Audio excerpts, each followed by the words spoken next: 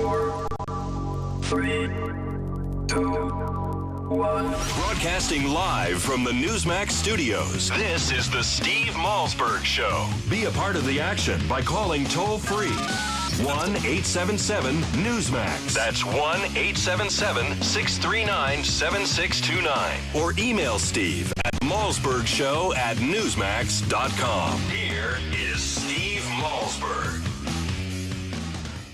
Most young Americans who don't currently have health care are going to be able to get health care for less than the cost of their cell phone bill or cable bill. And in the first month alone, we've seen more than 100 million Americans already successfully enroll in the new insurance plans. All right, folks, welcome to the Steve Malzberg Show. That was President Obama telling his fellow community organizers in a conference call yesterday, by the way, which has been described as staticky, and you heard the static on the call. That was not us. That was the quality of the presidential phone line for the conference call. And the president was described as being very, sounding very down, sounding very depressed, sounding very, very low-key, sleepy. You heard it in his voice. And there he was assuring his community organizing audience that more than 100 million people have already enrolled in Obamacare. 100 million people. Can we play that again, Sam, as they say? Play it again, Sam, because I want to make sure you hear this. Young Americans who don't currently have health care are going to be able to get health care for less than the cost of their cell phone bill or cable bill. And in the first month alone, we've seen more than 100 million Americans already successfully enroll in the new insurance plans. Now, you heard him hesitate, right?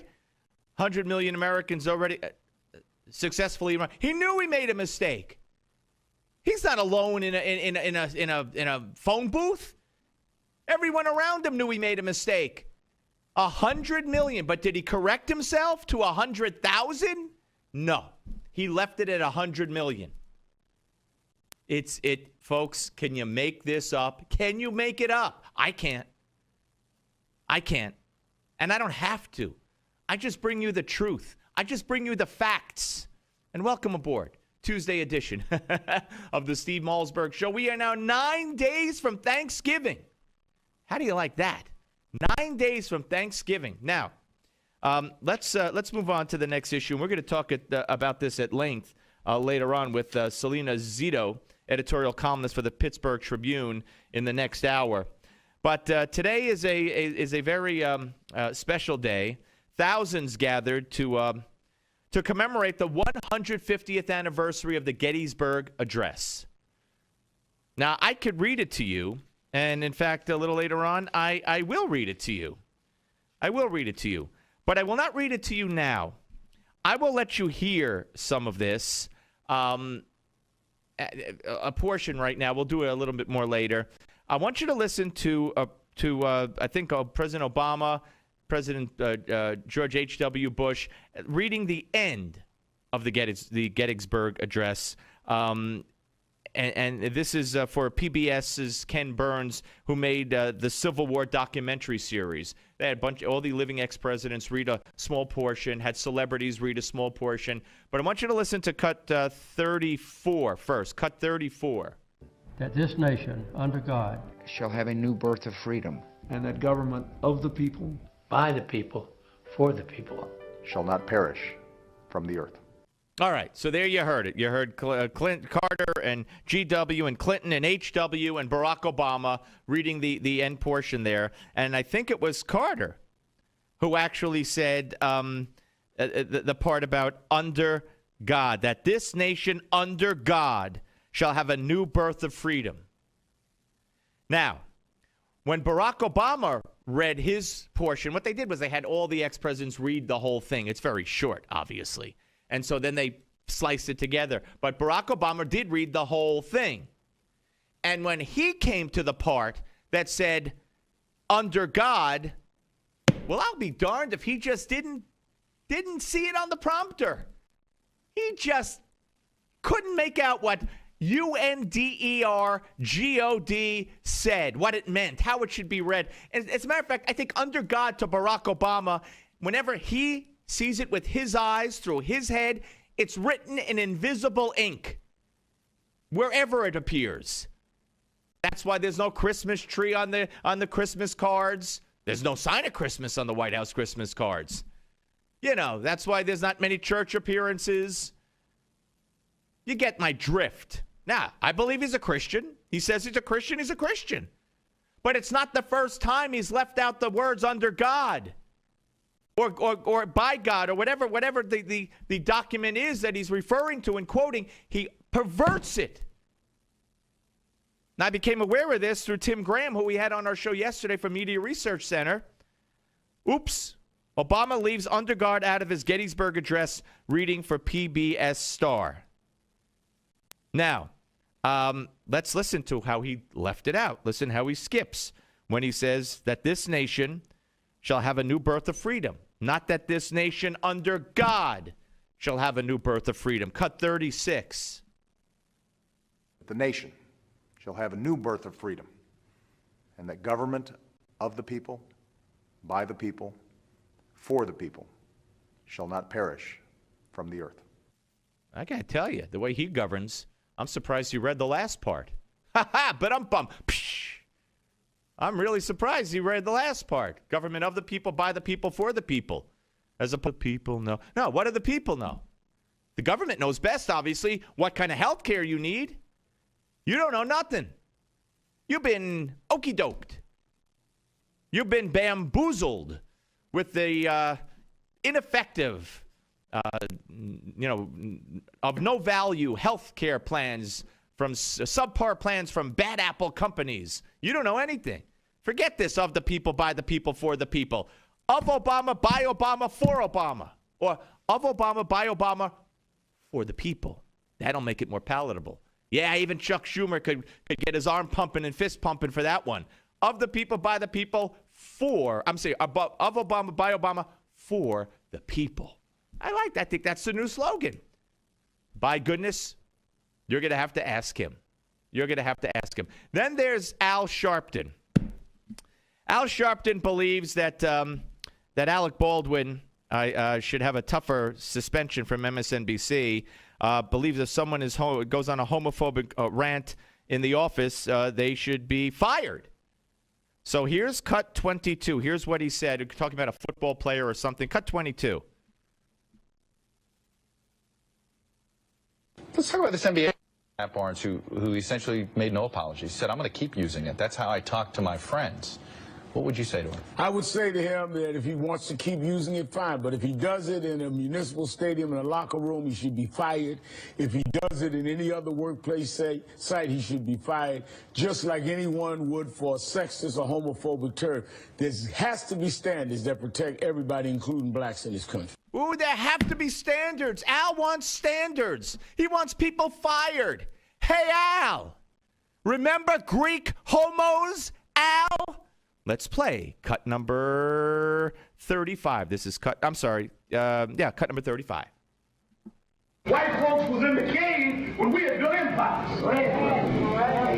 We learned to admire them, but they knew to admire us.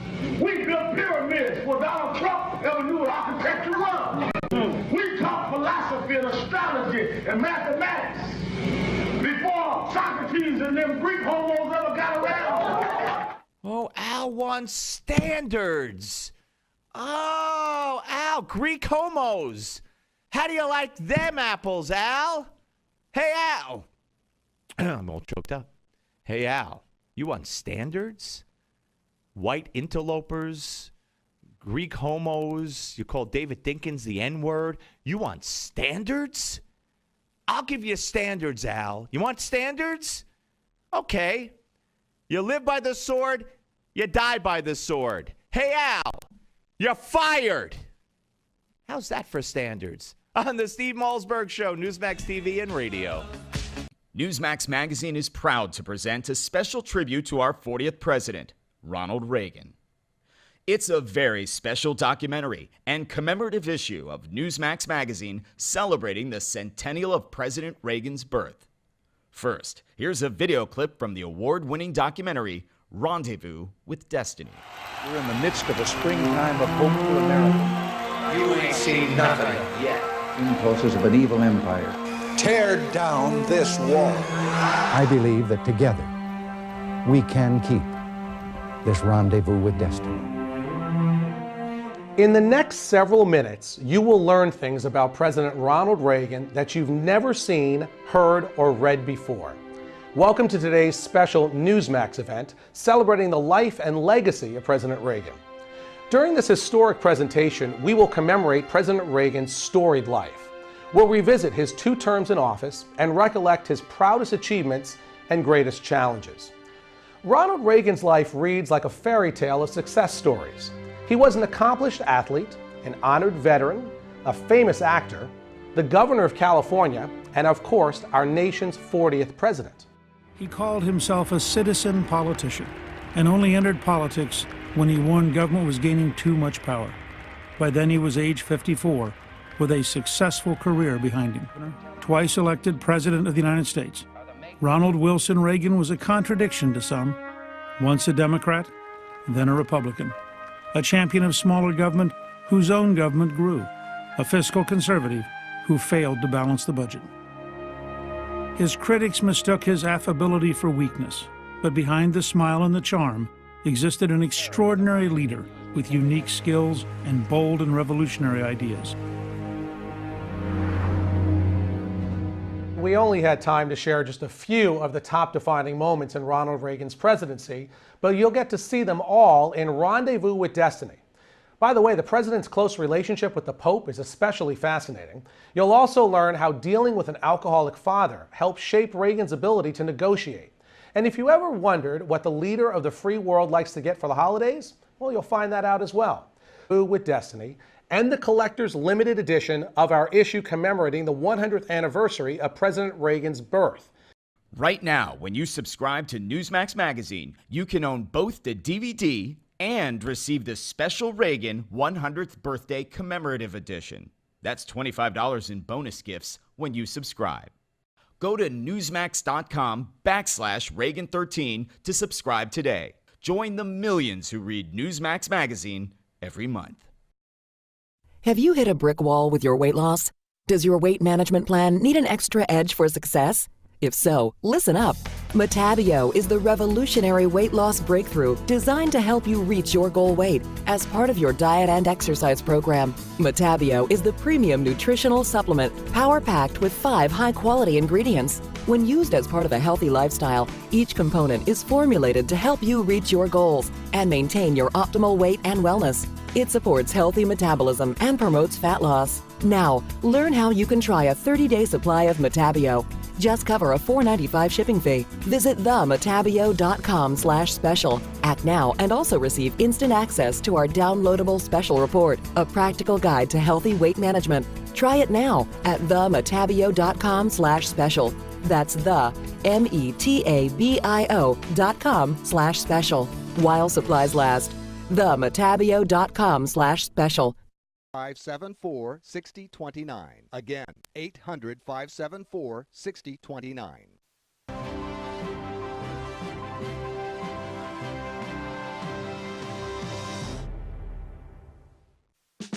Get off the sidelines and be a part of the show. Call Steve toll free at 1-877-Newsmax. That's 1-877-639-7629. Here is Steve Malzberg.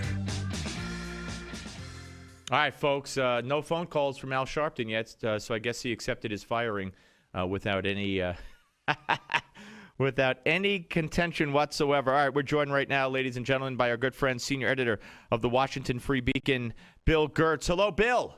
Hi, Steve. How are you? Good. Good to talk to you as always. Before we get to what I wanted to talk about with you, your fine piece yesterday, which is very troubling, but not surprising. That seems to be what you got to say whenever you talk about anything this administration's doing, especially when it comes to foreign policy.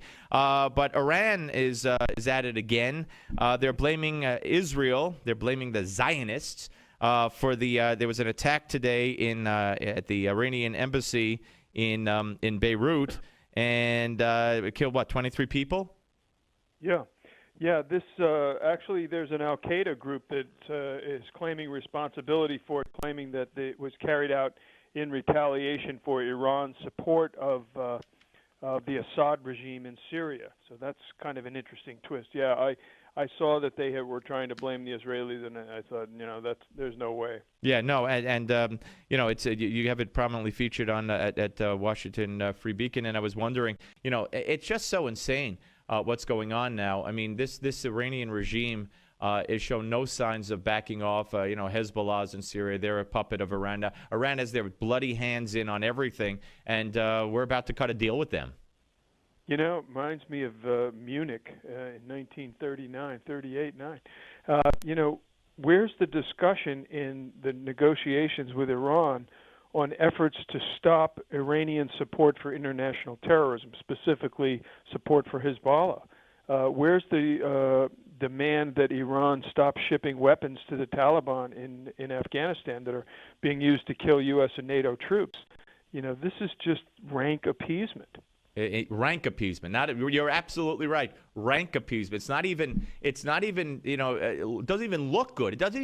You can't even sugarcoat it. It just sticks out like a sore thumb, and you'd have to be basically brain dead not to know what's going on here. But let's move on to your piece yesterday. Sure. And here we are again. The U.S. military preparing to conduct military and special ops training for Libya's military, and the training will risk including, of course, Islamic terrorists among the trainees, and Al-Qaeda and the rest of them. And here we are again. We're fighting alongside of them in violation of U.S. law in Syria. Now we're going to train them in Libya. What the heck is going on in this country? Unbelievable. This was disclosed by Admiral Bill McRaven, the hero of the Abbottabad bin Laden raid, who is now the commander of the U.S. Special Operations Command. I was at a conference out at the Reagan Library on Saturday, and he was asked by a questioner, how do you deal with the fact that you might be training some bad guys? And he disclosed, well, the Libyans had asked us to do this, and yes, there are risks involved. He said there's no way to make sure, but they're going to very carefully vet the people involved. And yeah, like you said, it's going to include not just conventional training for between 5,000 and 7,000 Libyans who will be trained in Bulgaria, the Pentagon announced yesterday, but also special operations training, which is some of our most sensitive military techniques. And certainly we wouldn't want people linked to terrorists or who could use those techniques against us to be taught those things. So this is certainly something that I hope Congress will take a look at. There are restrictions on what kind of people can be trained militarily. Absolutely. And you know what this smacks of to me? I mean, if you follow the dots, there were all kinds of reports. I don't know if they're true because the administration won't make anybody available to Congress. But, that there was a weapons transfer going on in Libya, going to the Syrian rebels. And now you have what's been happening. We've been training people in Libya, and the ones we're going to train, many of them, are going to wind up fighting, guess where, in Syria for the rebels. So you're kind of seeing the same thing happening here, but this time with bodies instead of weapons. Yeah, Libya has essentially spiraled downward since Gaddafi's ouster in 2011, and it is now becoming a safe haven for Al-Qaeda. There are militias all over the place. They've been having running gun battles in the capital of Tripoli between competing militias. The government is basically powerless to do anything, so they're looking at some way to try to, this is again nation building, and it's probably something that the military is not going to be able to do effectively. And we're talking to Bill Gertz. He is national security writer for the Washington Times, and also he is the senior editor at the Washington Free Beacon here on the Steve Malzberg Show. Another story on your site today, and that involves the fact that the Israelis have been holding since 2010 Samar Halami Abed al-Latif al-Bark, 39 years old citizen of Kuwait who has a specialty of being trained in biological warfare. This is huge that they have him behind bars. Yeah, it's a big catch. It was disclosed in Israel. It looks like, I'm sure that he's providing a lot of detailed information about the types of biological weapons and other weapons of mass destruction that Al-Qaeda is have been known to have been pursuing. So, yeah, this is a big catch. Should provide some valuable intelligence. Yeah, and he is described as an Al-Qaeda operative with extensive knowledge of unconventional warfare, especially biological warfare. And they say, because his lawyer is making a petition, they say releasing him at this time would constitute a point of no return in regards to the development of a substantial world jihad infrastructure in the area. Now, of course, if he were released, and he is Palestinian, and he went back to the Palestinian territories like those bloody-handed thugs that Israel made a mistake, in my view, in releasing, they would be treated just like those bloody-handed thugs. They'd be given hundreds of thousands of dollars by the Palestinian Authority. They'd be promoted militarily, and they'd live a life of luxury for the rest of their lives. Right, and that raises the question of what was he heading into Israel. He was arrested back in July of 2010, and so he probably was planning some type of attack, perhaps even a biological attack in that part of the world. Yes, sir. All right, Bill, always great to talk to you, sir. Thank you. Thank you. Bill Gertz, ladies and gentlemen, senior editor, Washington Free Beacon, here on the Steve Malzberg Show. Okay, yesterday we told you about Martin Bashir and the horrific things he said about Sarah Palin last Friday. Well, yesterday, 3 full days later, he, quote-unquote, apologized.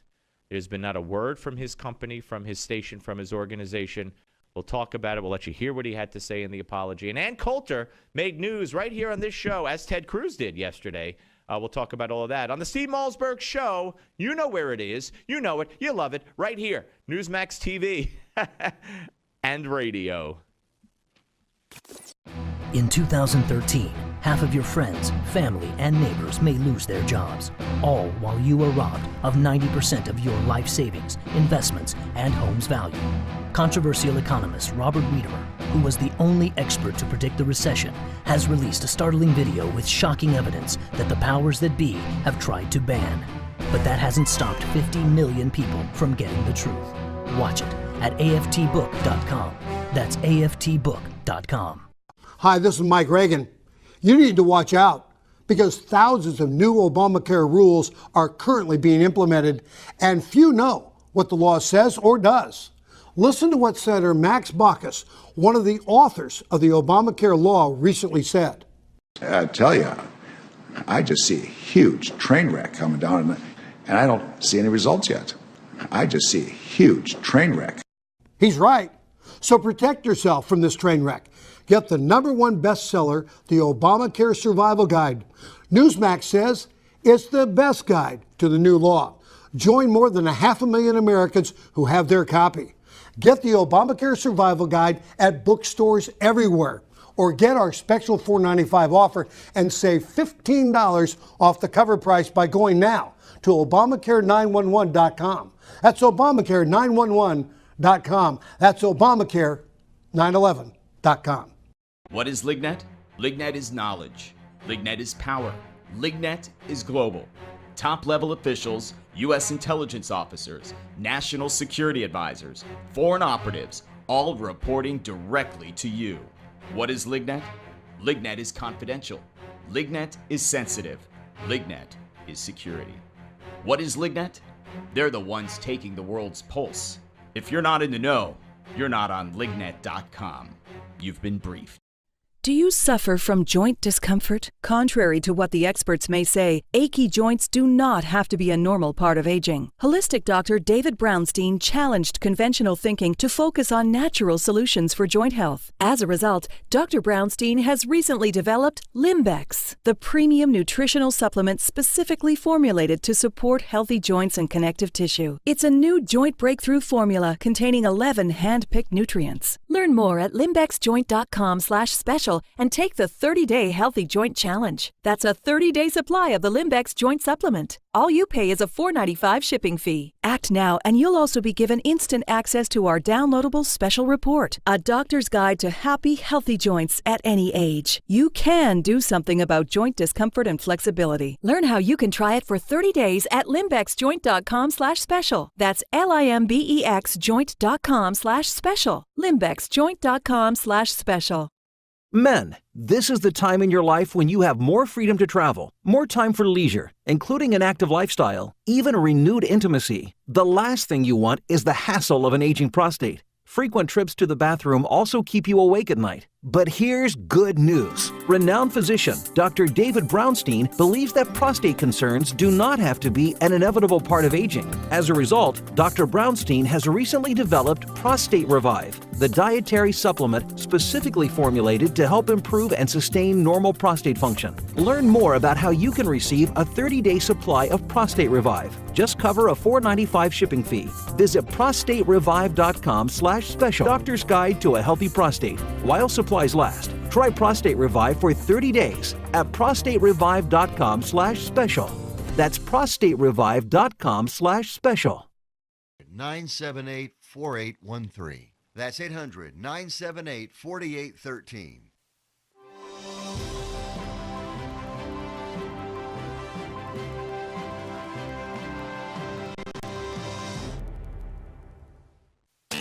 Where can you find the Steve Malzberg Show? Everywhere. From your smartphone to satellite radio to Newsmax Live TV to Roku, we have you covered. Here is Steve Malzberg. Thistlewood was the son of a tenant farmer who arrived on the island of Jamaica in April 1750 and assumed the position of overseer at a major plantation. What is most shocking about Thistlewood's diary is not simply the fact that he assumes the right to own and possess other human beings, but is the sheer cruelty and brutality of his regime. In 1756, he records that a slave named Darby catched eating canes, had him well flogged and pickled, then made Hector, another slave, shit in his mouth. Right, folks, so we're back. Steve Malzberg on the Steve Malzberg Show. That was Friday on MSNBC. Martin Bashir Martin Bashir, who said horrific things then about Sarah Palin. Let's listen to the next cut. Flogged Punch well, and then washed and rubbed salt, pickle, lime juice, and bird pepper. Made Negro Joe in his eyes and mouth. I could go on, but you get the point. When Mrs. Palin invokes slavery, she doesn't just prove her rank ignorance, she confirms that if anyone truly qualified for a dose of discipline from Thomas Thistlewood, then she would be the outstanding candidate. Okay, so he was basically saying that that he wanted someone to defecate and urinate in Sarah Palin's mouth. Okay, that was Friday. Silence from MSNBC, silence from Martin Bashir for 72 hours. 72 hours of silence. He kept his job. He wasn't even suspended. He wasn't publicly reprimanded. And then came cut 12 yesterday. Here's the beginning of the mea culpa. Last Friday on this broadcast, I made some comments which were deeply offensive and directed at Governor Sarah Palin. I wanted to take this opportunity to say sorry to Mrs. Palin and to also offer an unreserved apology to her friends and family, her supporters, our viewers, and anyone who may have heard what I said. My words were wholly unacceptable. They were neither accurate nor fair. They were unworthy of anyone who would claim to have an interest in politics, and they have brought shame upon my friends and colleagues at this network, none of whom were responsible for the things that I said, and at a place where we try every day to elevate political discourse and to focus on issues that matter to all of us. Really? I thought he works at MSNBC. But all right, but he's just getting started. He's just getting started. Now, I agree with a colleague of mine who is of the opinion that this came from Comcast, not from Phil Griffin. I still believe Phil Griffin was popping champagne corks when Martin Bashir said this on Friday. Otherwise, we would have heard something. But I believe the network made him apologize. And here's cut number 13. In the battle of ideas, America leads the world in wholehearted discussions and disagreements. And these arguments can be heard on a daily basis. But what I did on Friday had absolutely nothing whatsoever to do with that great tradition, and I am deeply sorry. Upon reflection, I so wish that I had been more thoughtful, more considerate, more compassionate. But I was not, and what I said is now a matter of public record. But if I could add something to the public record, it would be this: that I deeply regret what I said, and that I have learned a sober lesson in these last few days.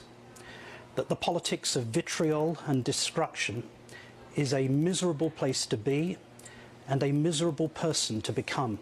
Why is it? Rhetorical question alert. Rhetorical question alert.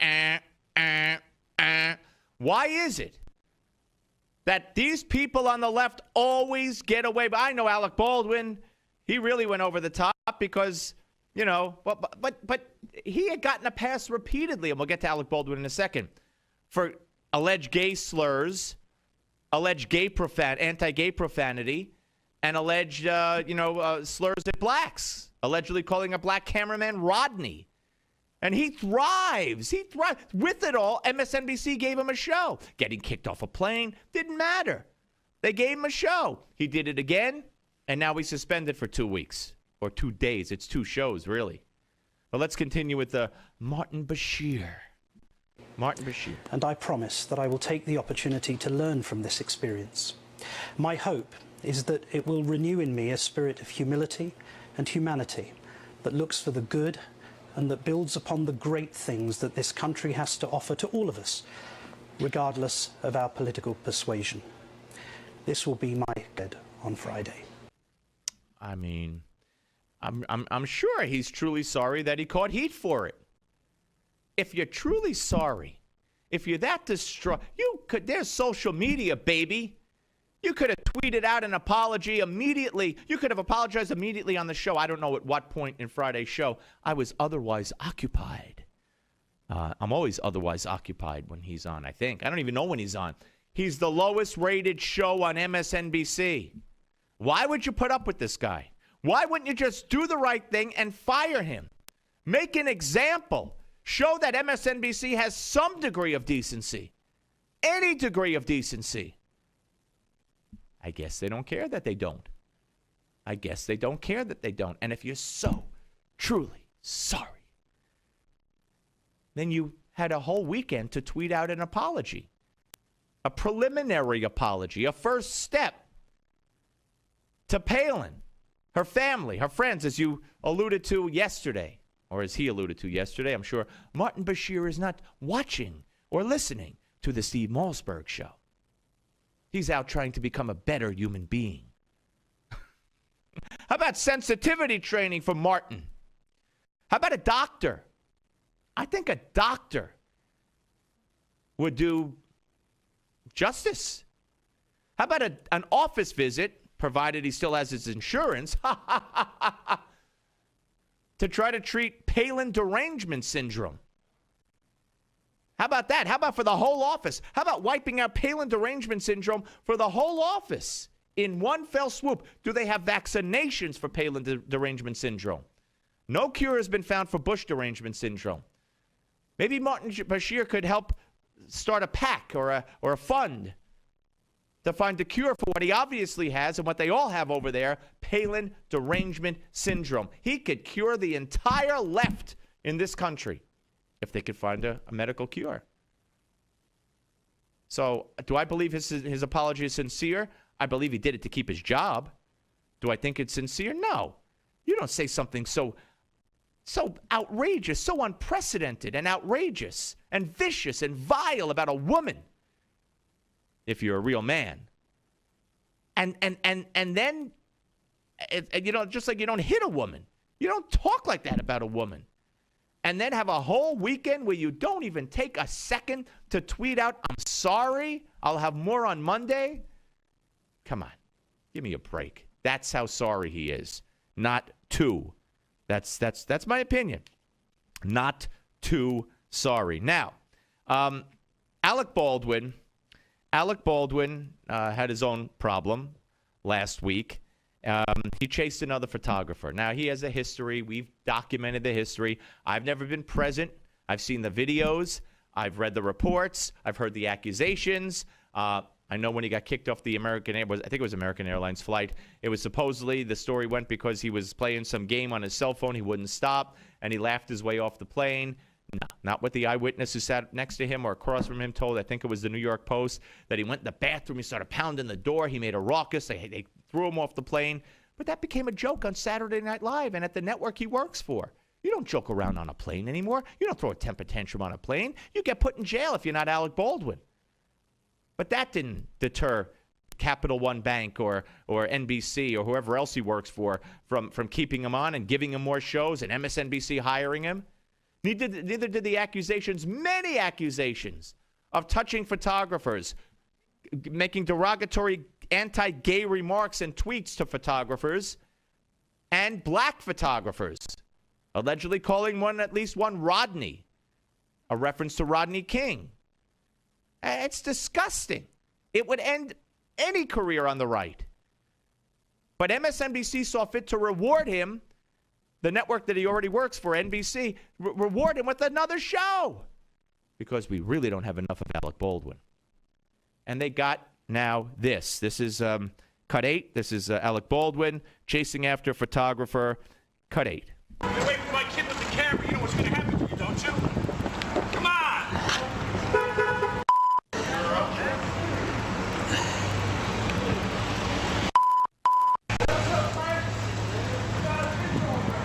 All right. Now, we couldn't let you hear what he said. He says he didn't say what we believe he said, but we believe he said blank sucking blank. And the last word starts with an F, and it's a derogatory term towards gays. Now, he allegedly tweeted out to another photographer not too long ago after allegedly calling him some kind of anti-gay name, and then said, I didn't. That's not an anti-gay name. But he also allegedly tweeted out to that same guy, I put my boot up your beep, but you'd like it too much. And MSNBC hired him anyway. So now they get this, and for that, they're so shocked. They just can't believe that he would do something like this after he allegedly has done it over and over and over and over. So they suspend him for two shows. He only does a Friday night show, and now I'm going to quit show business. He's also said he's going to run for mayor of New York. This guy's so full of it. They're not, all these people, do you think they're going to turn down the money they're making? Yeah, he'll quit. He'll quit his NBC contracts, his Capital One contracts, all his endorsements. Yeah, he'll quit. Right. And do what? And do what? Once he quits and he puts his hand on a photographer, then they'll start, if he does it, then they'll start prosecuting him and locking him up like a regular person. You can't give that up. Anyway, so that's where we are. And Ann Coulter, on this very show yesterday, defended Alec Baldwin. Surprisingly, we made news all over the internet with this news. Cut 31. This will be Cut 31. Ann Coulter. Give a listen to this. The Steve Malzberg Show. I think they shouldn't have suspended him. I don't know what's going on, folks. They want you to get a free bottle of something. Here we go. Cut 31. Do so since any conservative. I think they shouldn't have suspended him, and mostly I think conservatives should not join the word police. I mean, I understand the instinct to do so since any conservative who said it, it in his sleep. And I got to go, but if it were you, you're hounded by photographers all the time, maybe not to that extent, but if you had said it, you know what would have happened. That's the only argument for conservatives. We do not believe in the word. All right. And we do not believe in the word police. And she's right. But, double standard. If Ann Coulter had called a photographer the F word, an anti-gay slur, forget it. Forget it. Now, Baldwin allegedly said it. He's been suspended. And has Capital Bank said we're going to kick the guy off? Has NBC said we're going to kick you off your TV show? No, they'll have him hosting Saturday Night Live next week. It's such a sad world in which we live. It really, really is. You could say what Bashir said about Sarah Palin. Nothing happens. And look what happened to Baldwin. And really nothing happened to Baldwin. What could I say? Steve Malzberg Show, 877 Newsmax. Give me a call. Have you hit a brick wall with your weight loss? Does your weight management plan need an extra edge for success? If If so, listen up. Metabio is the revolutionary weight loss breakthrough designed to help you reach your goal weight as part of your diet and exercise program. Metabio is the premium nutritional supplement power-packed with 5 high-quality ingredients. When used as part of a healthy lifestyle, each component is formulated to help you reach your goals and maintain your optimal weight and wellness. It supports healthy metabolism and promotes fat loss. Now, learn how you can try a 30-day supply of Metabio. Just cover a $4.95 shipping fee. Visit themetabio.com/special. Act now and also receive instant access to our downloadable special report, a practical guide to healthy weight management. Try it now at themetabio.com/special. That's the metabio.com/special. While supplies last. themetabio.com/special.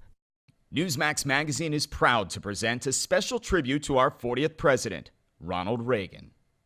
It's a very special documentary and commemorative issue of Newsmax Magazine celebrating the centennial of President Reagan's birth. First, here's a video clip from the award-winning documentary, Rendezvous with Destiny. We're in the midst of a springtime of hope for America. You ain't seen nothing yet. Impulses of an evil empire. Tear down this wall. I believe that together we can keep this rendezvous with destiny. In the next several minutes, you will learn things about President Ronald Reagan that you've never seen, heard, or read before. Welcome to today's special Newsmax event celebrating the life and legacy of President Reagan. During this historic presentation, we will commemorate President Reagan's storied life. We'll revisit his 2 terms in office and recollect his proudest achievements and greatest challenges. Ronald Reagan's life reads like a fairy tale of success stories. He was an accomplished athlete, an honored veteran, a famous actor, the governor of California, and of course, our nation's 40th president. He called himself a citizen politician and only entered politics when he warned government was gaining too much power. By then he was age 54, with a successful career behind him. Twice elected President of the United States, Ronald Wilson Reagan was a contradiction to some. Once a Democrat, then a Republican. A champion of smaller government whose own government grew. A fiscal conservative who failed to balance the budget. His critics mistook his affability for weakness, but behind the smile and the charm existed an extraordinary leader with unique skills and bold and revolutionary ideas. We only had time to share just a few of the top defining moments in Ronald Reagan's presidency, but you'll get to see them all in Rendezvous with Destiny. By the way, the president's close relationship with the Pope is especially fascinating. You'll also learn how dealing with an alcoholic father helped shape Reagan's ability to negotiate. And if you ever wondered what the leader of the free world likes to get for the holidays, well, you'll find that out as well. So let's review today in this free offer. We are sending you a copy of Ronald Reagan, Rendezvous with Destiny, and the collector's limited edition of our issue commemorating the 100th anniversary of President Reagan's birth.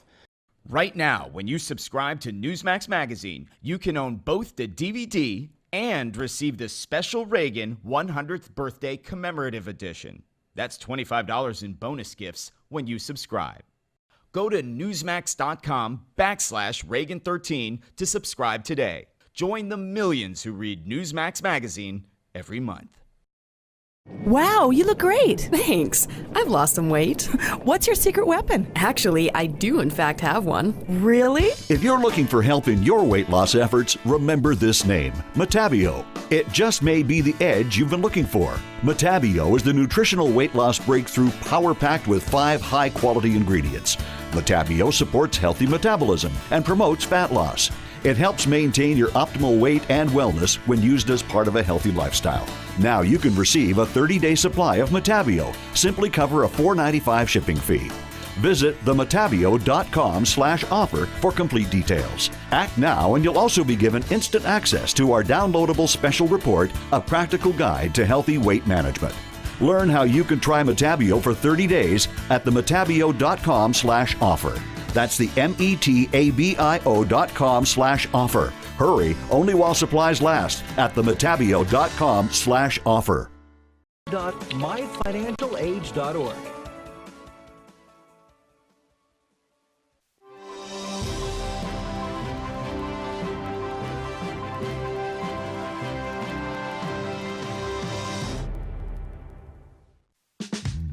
the sidelines and be a part of the show. Call Steve toll-free at 1-877-NEWSMAX. That's 1-877-639-7629. Here is Steve Malzberg. To Medicaid under the Affordable Care Act. So effectively in a month, we've already got 500,000 Americans who will likely have the security of health care for the first time in some cases in their lives as soon as January 1st. All right, that's more from Obama's community organizer conference call yesterday. And I kid you not, that's what it's described at. Obama's addressing community organizers. And that he sounds like he's half asleep. The phone line is scratchy. And I bring that because I have some news about a couple of polls that our fine president is involved in today. But first, I want to remind you that even though the president found time to talk to CEOs today, he's snubbed. We're going to talk about this at length at the top of the hour. He's snubbed the 150th anniversary of Lincoln's Gettysburg Address. He snubbed it. The man pretends he's Lincoln. He thinks he's Lincoln. He got sworn in on Lincoln's Bible. He started in Illinois his train ride. Announced he was running for presidency. I mean, a guy fancies himself as better than Lincoln, but a Lincoln. I don't even want to insult Lincoln by saying that, but you know what I mean. And he snubs it, and he snubbed it right along. I read this about a month ago that he was not going to do this. It's insane. But following my show today at 6 p.m. Eastern Time, 3 p.m. Pacific, Newsmax TV, which I hope you're watching it now, but if you're listening on one of our fine affiliates on the radio, it's www.newsmaxtv.com. Right after the show ends, a special documentary, Lincoln at Gettysburg, hosted by our very own John Fund, who will join us later in the show. That's Lincoln at Gettysburg today at 6 p.m. Eastern Time, 3 p.m. Pacific Time. It's Lincoln at Gettysburg and a.k.a. Obama not. No, I made that up because I'm so witty and so funny. But make sure you tune in, ladies and gentlemen. That's going to be something to see. Now, poll out today. And this poll, it's the Washington Post ABC News poll. You know, one of those right-wing organizations, ABC News, Washington Post, that says if the presidential election were held today, if you had a do-over, or as Barack Obama and Bill Clinton on the golf course are so familiar with, a mulligan. If you had a mulligan for the election that was held a year ago, Howard Cosell reporting. Guess who would win the presidential election today? Romney, Obama. Oh, yes, so right. You're absolutely right. You guessed correctly. Mitt Romney, 49 to 45% among registered voters in this poll. Among all Americans, they would be tied at 47. But registered voters, 49 to 45. Obama beat Romney 51 to 47, also by 4 points a year ago. The poll also found more bad news for missing in action today, Barack Obama. His approval down in this poll to 42%, a fall of 6 points from a month ago. 55% disapprove of the job he's doing. Support for the health care law, down 6% since late October. Standing at 40%. 57% said they oppose Obamacare. Similarly, approval of Obama's handling of Obamacare was also underwater. 33% approve of the way Obama is handling Obamacare, which is lying and then lying about the lie. Yet there are 33% who approve of that. Go figure.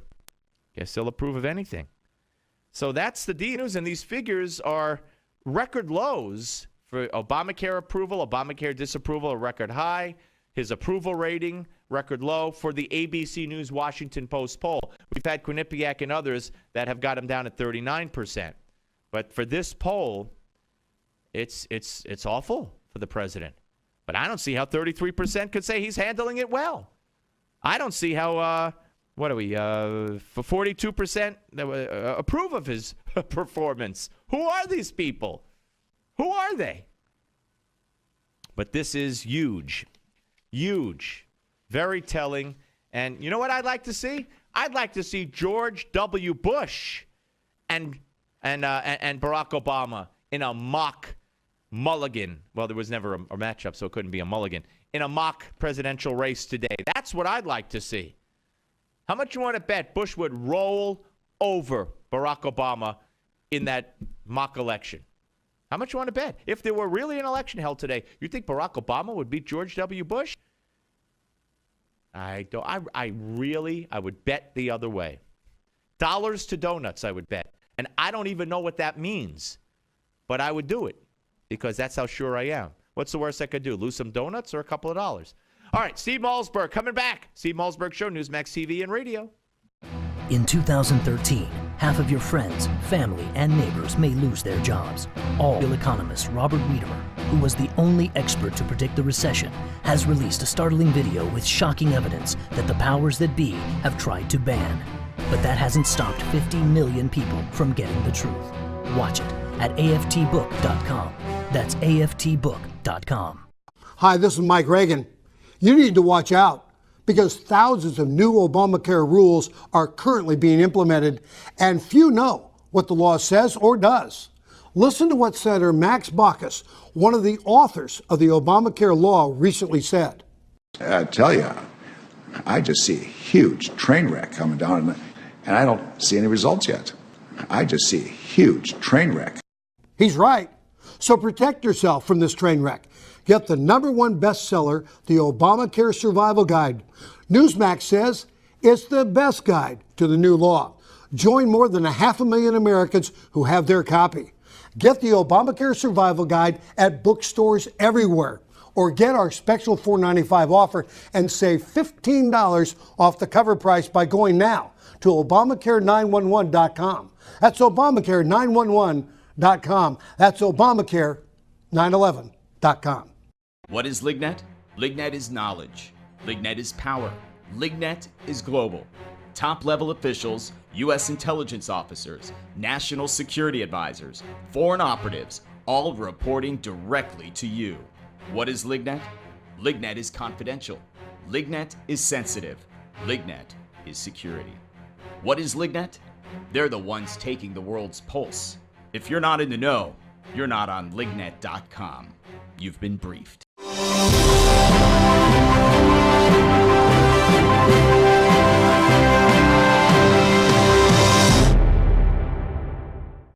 This is the worst weather we've seen in quite some time, folks, and I don't see any end in sight. People have been calling in from across the state complaining their basements are flooding. One guy said he now has an indoor swimming pool in his basement. I told him he needs the waterproofing innovations from Basement Systems. If you want a dry basement or crawl space that will weather any kind of storm, you need the patented solutions from Basement Systems. You've seen them on home makeover shows throughout the country. With a lifetime warranty, every solution is custom designed for your basement. You can finally have that room you've always wanted with our total basement finishing system. Call now for a free estimate, and you'll never have to worry about storms like these again. Call now for your free basement inspection at 800-516-9794, 800-516-9794. Learn how to waterproof your basement now. Call this number, 800-516-9794, 800-516-9794. Hello, my name is Fred Fleitz, and I'm the managing editor of LigNet. You've probably seen our name preceding some of the stories you read on Newsmax or heard LigNet referenced on Fox News, C-SPAN, or CNN. Perhaps you've asked yourself, what is LigNet? LigNet is an acronym for the Langley Intelligence Group Network, a private Washington, D.C. based service that provides global intelligence, in-depth analysis, and detailed forecasting. LigNet staff and advisors include former CIA officers, national security experts, presidential advisors, and top-level government officials from around the world. I myself held several national security posts for the U.S. government during my 25-year career with the Central Intelligence Agency, the Defense Intelligence Agency, the U.S. Department of State, and the House Permanent Select Committee on Intelligence. Our lead advisor is General Michael Hayden, the former director of the CIA. He is joined by former U.S. Ambassador to the United Nations John Bolton and former chairman of the National Intelligence Council and Special Assistant to President Ronald Reagan Fritz Ehrmann, former U.S. Ambassador to Venezuela Otto Reich, and former clandestine service officer Frederick Russman. Former chairman of the House Intelligence Committee Peter Hoekstra also join our advisory board staff.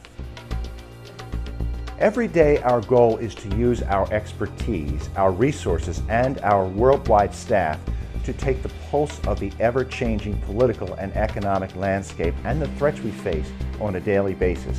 Whether you are following global events for your portfolio or business, or just interested in the world around you, LigNet provides what you need to know to keep up with global events. There are many. Every day, LigNet members receive the Morning Brief, a daily email that provides summaries and links to our daily analysis to keep you up to date on LigNet's assessments. LigNet members receive unrestricted access to LigNet's secure database of global analysis. All of our special reports, previous analyses, and exclusive video interviews with intelligence insiders are available to members 24 hours a day. But you also get top-notch analysis that resembles the President's Daily Brief, the classified intelligence assessment delivered to the President of the United States every morning. LigNet also sends breaking news emails to our membership list. If there is a development of global proportions or a terror alert, our subscribers are always the first to know. I hope you now have a better understanding of what LigNet is, but more importantly, recognize how truly invaluable LigNet can be. As the old saying goes, knowledge is power. Join LigNet for $1. Go to lignet.com.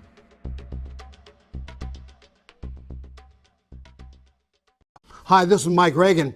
You need to watch out because thousands of new Obamacare rules are currently being implemented and few know what the law says or does. Listen to what Senator Max Baucus, one of the authors of the Obamacare law, recently said. I tell you, I just see a huge train wreck coming down, and I don't see any results yet. I just see a huge train wreck. He's right. So protect yourself from this train wreck. Get the #1 bestseller, The Obamacare Survival Guide. Newsmax says it's the best guide to the new law. Join more than 500,000 Americans who have their copy. Get the Obamacare Survival Guide at bookstores everywhere, or get our special $4.95 offer and save $15 off the cover price by going now to Obamacare911.com.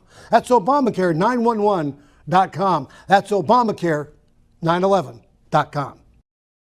In 2013, half of your friends, family, and neighbors may lose their jobs, all while you are robbed of 90% of your life savings, investments, and home's value. Controversial economist Robert Wiedemer, who was the only expert to predict the recession, has released a startling video with shocking evidence that the powers that be have tried to ban. But that hasn't stopped 50 million people from getting the truth. Watch it at aftbook.com. That's aftbook.com. What is LigNet? LigNet is knowledge. LigNet is power. LigNet is global. Top-level officials, U.S. intelligence officers, national security advisors, foreign operatives, all reporting directly to you. What is LigNet? LigNet is confidential. LigNet is sensitive.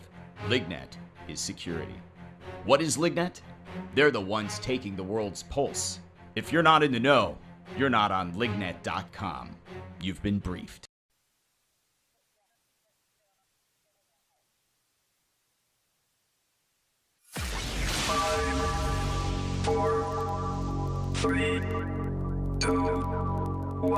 Broadcasting live from the Newsmax studios, this is the Steve Malzberg Show. Be a part of the action by calling toll-free 1-877-NEWSMAX. That's 1-877-639-7629. Or email Steve at fourscore and 7 years ago. Our fathers brought forth on this continent A new nation, conceived in liberty. and dedicated to the proposition that all men are created equal. All right, folks, welcome back to the Steve Malzberg Show. The Gettysburg Address and the 150th anniversary today. And don't forget, coming up right after this show at 6 p.m. Eastern, 3 o'clock Pacific time, on Newsmax TV, www.newsmaxtv.com, we'll be airing a special documentary, Lincoln at Gettysburg, hosted by our very own John Fund. That's Lincoln at Gettysburg today at 6 p.m. Eastern, right after this show, only on NewsmaxTV.com. Joining us now is Selena Zito, editorial columnist for the Pittsburgh Tribune-Review. Hello, Selena. How are you? Hey, thanks so much for having me on. Well, it's my pleasure. Okay, you wrote a great piece that I saw posted at Real Clear Politics, calling it what it is, Obama's stunning snub. His refusal to be at the ceremonies today commemorating the 150th anniversary of one of the most meaningful, memorable, yet short speeches given by a president that he professes to adore and wanted to emulate and was sworn in on the Lincoln's Bible. Let me put up a tweet exchange. This will be that tweet, Will. This is between Dan Pfeiffer and Ron Fournier of a national journal, I believe, is what who he's with, and they're asking Pfeiffer, who of course is one of the president's go-to guys, why won't the president be there? And finally, it gets down to him saying, serious question, what is on his schedule that's more important than the Gettysburg anniversary? And Pfeiffer writes back, I don't know. There's this whole website thing that someone suggested might destroy the Democratic Party. Now, he turned this invitation down a long time ago, and he was speaking today in front of a group of CEOs blaming Republicans for the shutdown. He couldn't have taken a half hour to go for the Gettysburg Memorial? Right. Well, you mean you get the point exactly. It's 20 minutes away from Washington.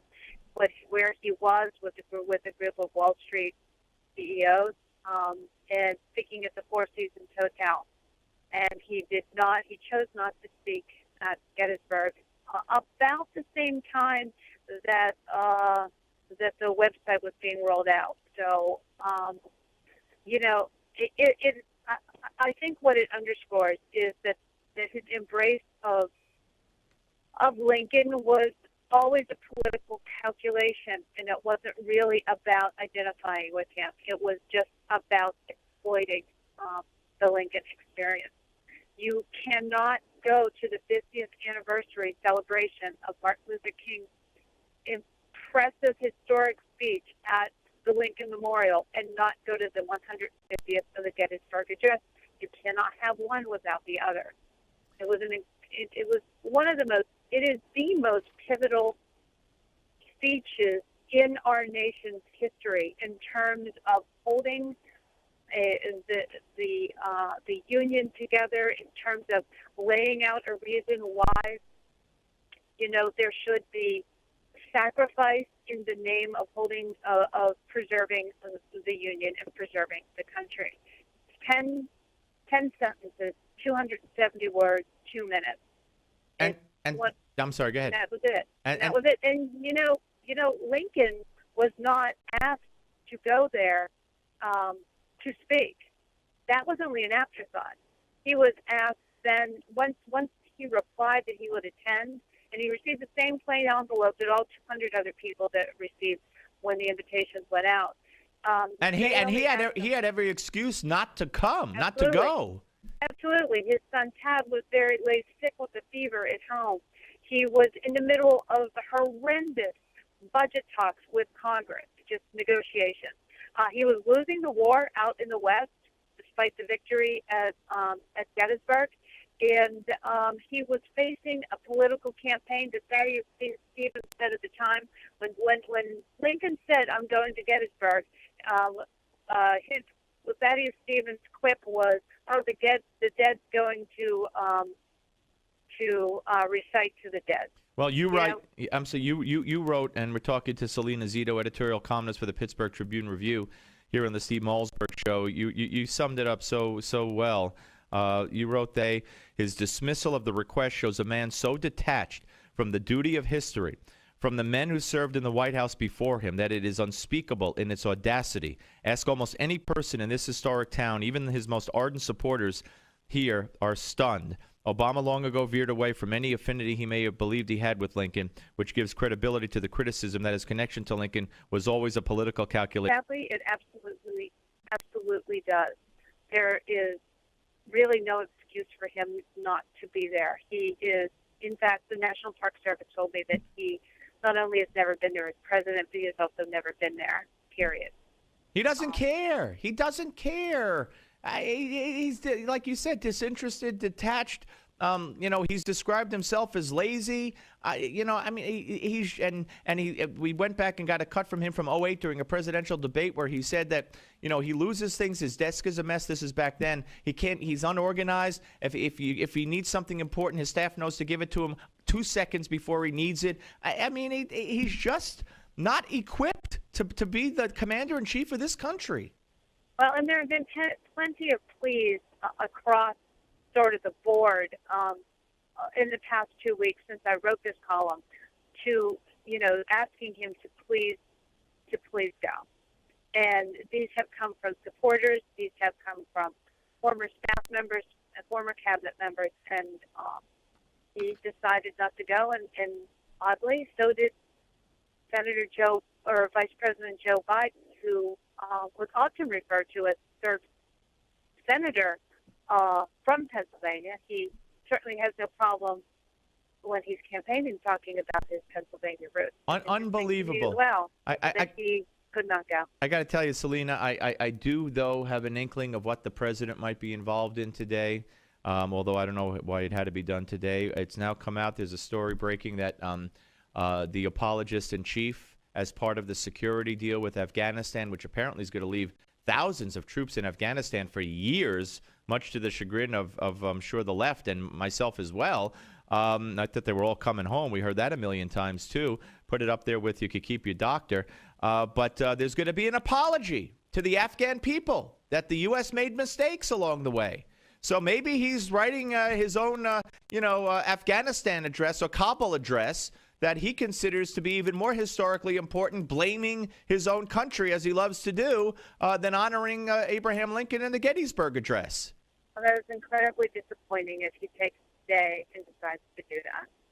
Yeah, well, I don't know that he's going to apologize today, but that's the story that's breaking, that apology will be forthcoming. So I'm just trying to make light of it a little bit. But the first anniversary was the 50th. It was the first time the North and South were ever reunited together, and that was Woodrow Wilson was president. He did not want to go, but he did, and he lived to never regret that decision. The 100th anniversary was 1963. John Kennedy was scheduled to be there. A couple days before, he rescheduled for political reasons. He needs to go to Texas to mend fences between two warring factions, the Democratic Party, because he needs to win Texas to win the presidency the next year. Right. We all know it happened in Dallas. Yep. It's amazing. Listen, Greg, kudos to you. Great piece. It's such an important issue. Thank you for writing the column. Well, thank you so much for having me on. Take care. Selena Zito, editorial columnist for the Pittsburgh Tribune-Review. And don't forget, following the show tonight, John Fund, who's coming up next, 6 p.m. Eastern, 3 p.m. Pacific, at NewsmaxTV.com. You could see the documentary Lincoln at Gettysburg, hosted by John Fund, presented by Newsmax. NewsmaxTV.com immediately following this show. If you're already watching it, just stay there. If you're listening on radio, go there. Steve Malzberg Show, Newsmax TV. Hi, this is Mike Reagan.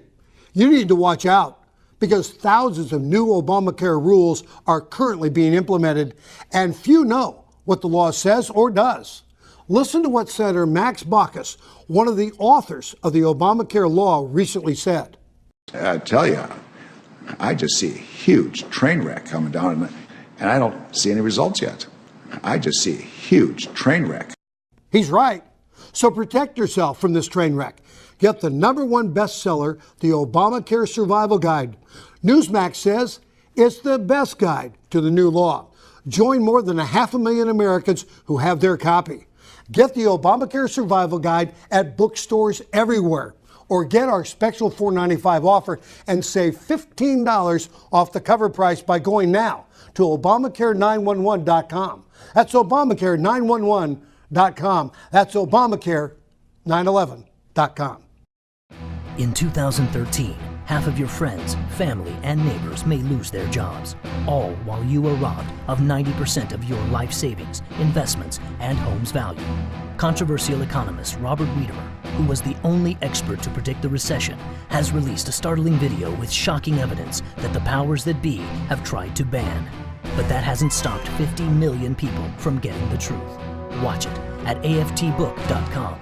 That's aftbook.com. Attention seniors and baby boomers. A new website has been created just for you. SocialSecurity311.com. At SocialSecurity311.com, we reveal a weird trick that could help you add $152,000 to your Social Security payouts. For example, did you know how you file for Social Security can dramatically change the amount of money you collect? One simple step could add up to $1,000 to your monthly payouts. And other loopholes we found reveal 33 ways for big savings on your health care. At SocialSecurity311.com, you will also discover how you could save up to 50% on your groceries, along with 49 other ways to save as much as $50,000 starting today. Newsmax says this website is a critical resource for anyone over the age of 50. So go to SocialSecurity311.com now to find out how you could add extra money to your Social Security checks. That's SocialSecurity311.com. SocialSecurity311.com. What is Lignet? Lignet is knowledge. Lignet is power. Lignet is global. Top-level officials, U.S. intelligence officers, national security advisors, foreign operatives, all reporting directly to you. What is Lignet? Lignet is confidential. Lignet is sensitive. Lignet is security. What is Lignet? They're the ones taking the world's pulse. If you're not in the know, you're not on Lignet.com. You've been briefed. Do you suffer from joint discomfort? Contrary to what the experts may say, achy joints do not have to be a normal part of aging. Holistic doctor David Brownstein challenged conventional thinking to focus on natural solutions for joint health. As a result, Dr. Brownstein has recently developed Limbex, the premium nutritional supplement specifically formulated to support healthy joints and connective tissue. It's a new joint breakthrough formula containing 11 hand-picked nutrients. Learn more at limbexjoint.com/special and take the 30-day Healthy Joint Challenge. That's a 30-day supply of the Limbex Joint Supplement. All you pay is a $4.95 shipping fee. Act now and you'll also be given instant access to our downloadable special report, A Doctor's Guide to Happy, Healthy Joints at Any Age. You can do something about joint discomfort and flexibility. Learn how you can try it for 30 days at limbexjoint.com/special. That's limbexjoint.com/special. limbexjoint.com/special. www.myfinancialage.org.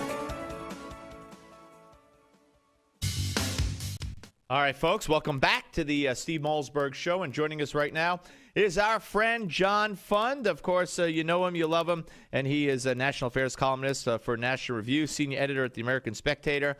And John, welcome once again. Pleasure, Steve. And I just want to alert the folks, tell us a little bit about Lincoln at Gettysburg. You're going to be hosting that documentary, which immediately follows this show at 6 p.m. Eastern and 3 Pacific time on Newsmax TV, newsmaxtv.com. So give us a little insight into what it's all about. Well, Abraham Lincoln did not just change this country because of the leadership he had for the northern states of the Civil War. He also changed this country because I think he understood as president the healing that the country would have to go through, and also the tremendous effort it would have to make to bind up the nation's wounds, as he put it, and end slavery. And Gettysburg is a far more important incident in American history than the mere 2 minutes it took for him to make his remarks. And we have noted Lincoln scholar Henry Mark Holzer to join us, and I guarantee every one of you in your audience will learn something interesting about Gettysburg they didn't know before. And I'm sure Barack Obama watches, since he's never been there and wasn't there today, he would have a lot to learn as well. Well, the president has been distracted lately. Yeah, so I hear. All right, I want to talk about, John, and we look forward to that tonight right after this show at NewsmaxTV.com. I want to talk about a piece you wrote at National Review, very, very important piece and brilliantly done as usual, because once again we have an appointment being, or at least a pick by Barack Obama, and it's being called by J. Christian Adams, former Justice Department whistleblower, as an in-your-face pick, which I think almost 90% of his picks are in-your-face picks because they all reflect who he is, and they're all radical leftists in one way or another. Talk about the man who is now being nominated to run the Justice Department Civil Rights Division. Well, as you know, the previous director of the Office of Civil Rights, Thomas Perez, is now Secretary of Labor. And Thomas Perez was known for his support of disparate impact laws. These are laws that say, we can't prove or even show that there was discrimination or racism, but we do see that a particular policy has a disparate impact. In other words, it affects Hispanics at a higher percent. If the results aren't the same, there has to be evil intent behind it. And of course, he also fought against all voter integrity laws, including photo ID laws. Well, his successor, Debe Agabene, is just made out of the same cloth as he is. In fact, he's former head of the NAACP's Legal and Defense Fund.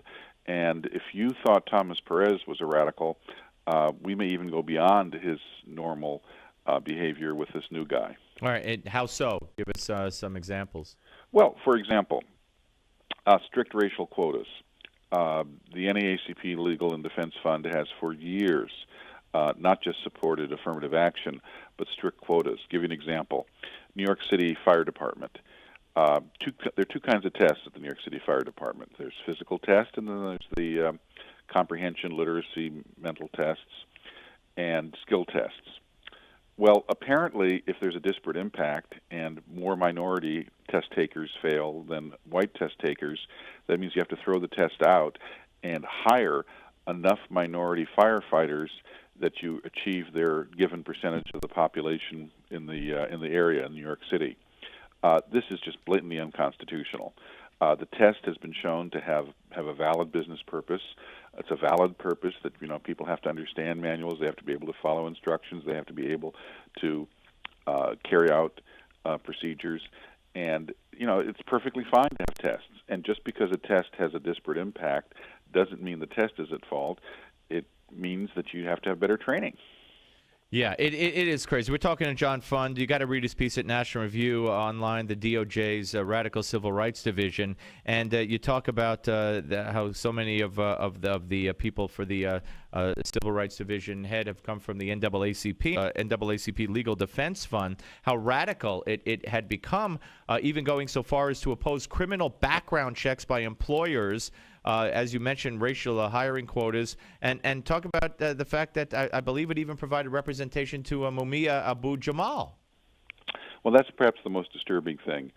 Mumia was a hoodlum and a Marxist revolutionary who murdered a police officer in 1981, and he has been He's been on death row, and now he's off death row and serving life imprisonment for that crime.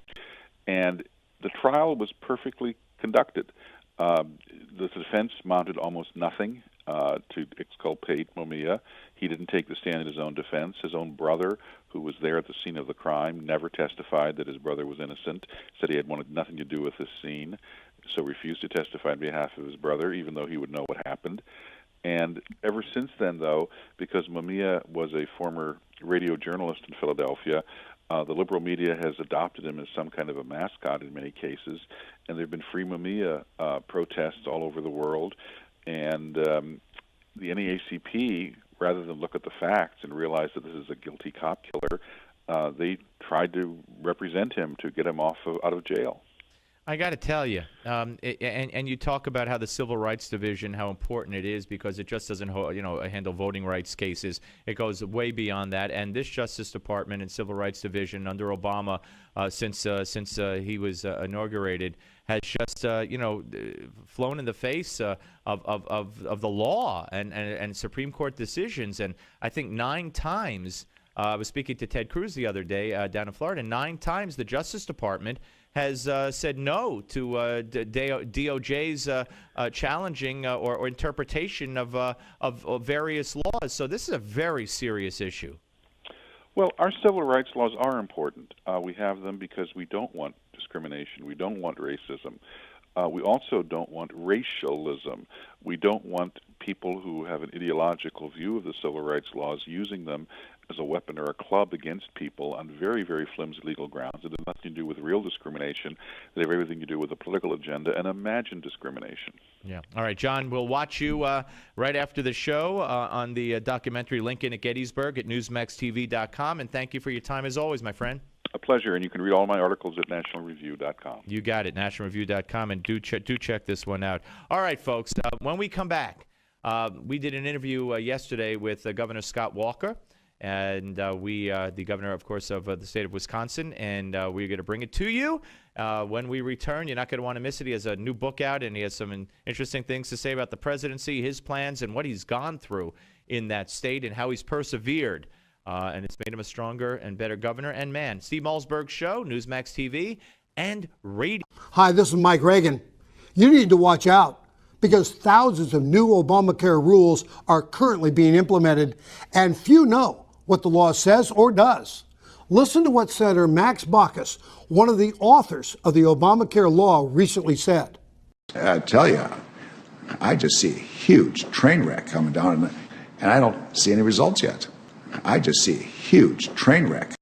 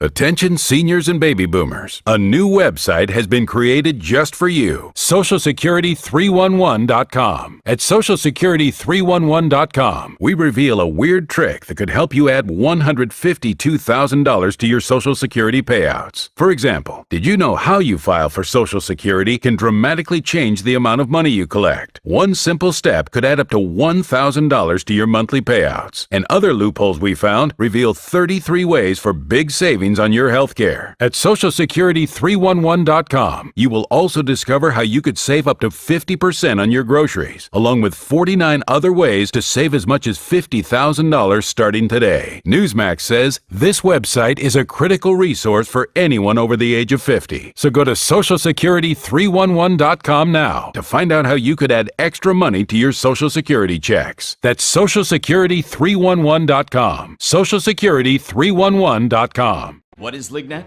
LigNet is knowledge. LigNet is power. LigNet is global. Top-level officials, U.S. intelligence officers, national security advisors, foreign operatives, all reporting directly to you. What is LigNet? LigNet is confidential. LigNet is sensitive. LigNet is security. What is LigNet? They're the ones taking the world's pulse. If you're not in the know, you're not on lignet.com. You've been briefed.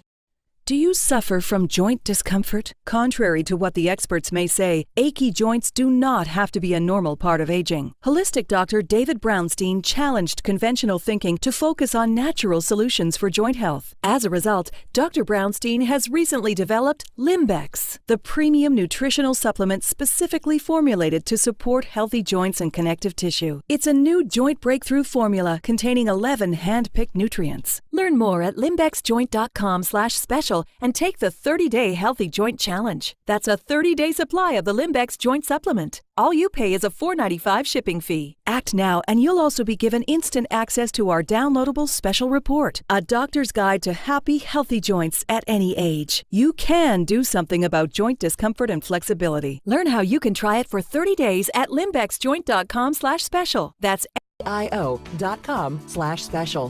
While supplies last. TheMatabio.com/special.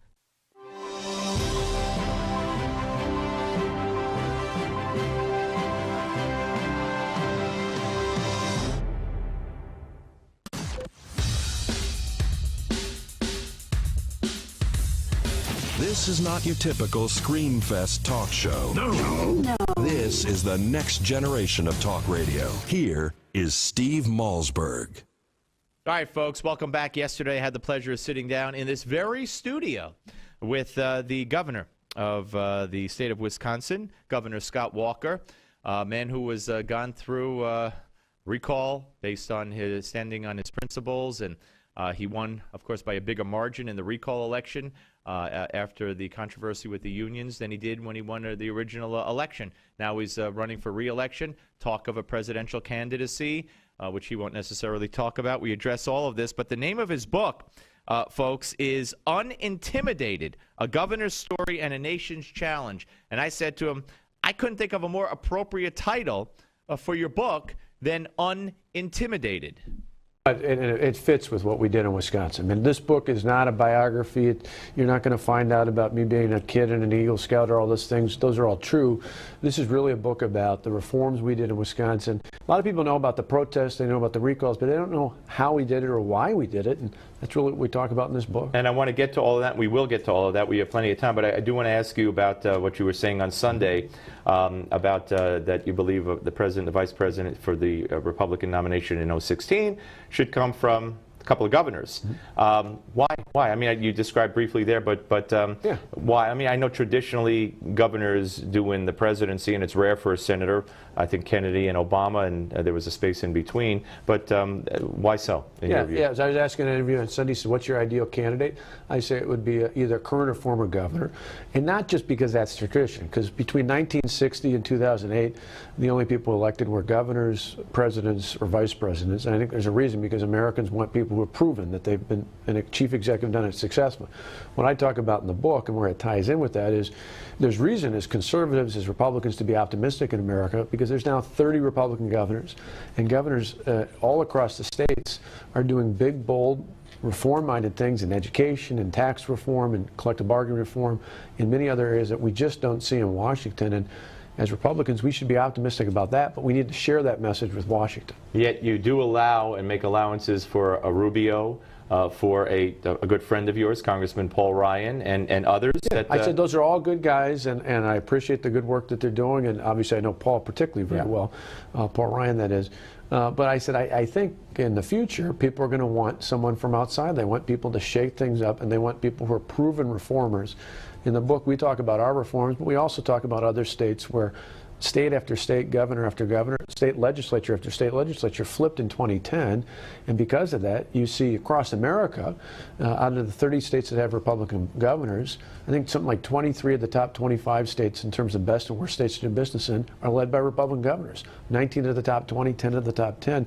There's a pretty compelling message that if you want a stronger economy, if you want limited but effective government, the people to turn to are Republican governors, and that's part of what I talk about. Now, I'm going to ask the question that most people would ask at the end. I'll ask it at the beginning here. You happen to be a sitting Republican governor who has overcome great, I won't say adversity, personal adversity, for you to, threats to your family, to yourself, but also when it comes to governing. The recall based on the actions you took, and the media, the wrath of the media against you, and here you are, still standing, surviving, thriving.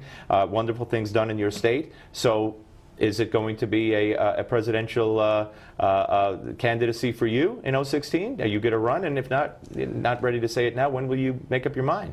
Well, in my case, I've had to run for governor twice now in the last 3 years. In fact, next year will be the third time in 4 years. And so I had to spend a lot of time, a lot of people, a lot of grassroots supporters helped me in my state and across the country do that. So I'm really very committed to being governor in the state of Wisconsin. I think I can do a lot there, and I can have an impact not only on my state, but on reforms across the country. Without a doubt, in the future, I'm going to focus on helping move our country forward. But I think time and time again, for us to think beyond the 2014 elections, not just because I'm up, but because for us, what we showed in Wisconsin and other states like Ohio and Michigan and others I mentioned in the book, showed, particularly in the Midwest, was that if you elect a chief executive and a legislative majority that's Republican, we can get really big, bold reforms done. We need to focus on 2014, holding the House. I think we got a, particularly with Obamacare's failures, we got an excellent opportunity to offer a better alternative and win the United States Senate back. And then, after that, then people can talk about what happens 2 years from now. Okay, but so you're obviously running for re-election, but you're not ruling out parlaying that into a run in 2016. You're not saying no that you wouldn't do that. Yeah, I've never ruled anything out. In my case, though, I'm focused on being governor. And my state went through a lot. I mean, you talked about not just for me personally, but the protests, the recalls, the next wave of recalls. I think for a lot of people in my state, they just like to have some calm over the next few years and a governor that's focused solely on being the governor and continuing our positive reforms. And then I'm watching the Giants game on Sunday, the Giants and the Green Bay Packers, and there you are with Governor Chris Christie, because the game was at the Giants Stadium in the Meadowlands in New Jersey. You and your sons were all together watching the game, rooting for different teams, although I have a feeling Christie was rooting against the Giants because he's a Cowboy fan. He is a Cowboys fan. But he's a Jets fan, but not a Giants fan. Yeah, no, I know, it's crazy. So did the topic of politics come up? Did the topics of presidential politics come up between the two of you? Not 2016, but politics for sure. I mean, Chris and I are talking a lot. We've both been involved in the Republican Governors Association. We want to make sure he's that a chair now, isn't he? He will be the incoming chair after next week. Bobby Jindal just finished off his term. I'll be that in the future.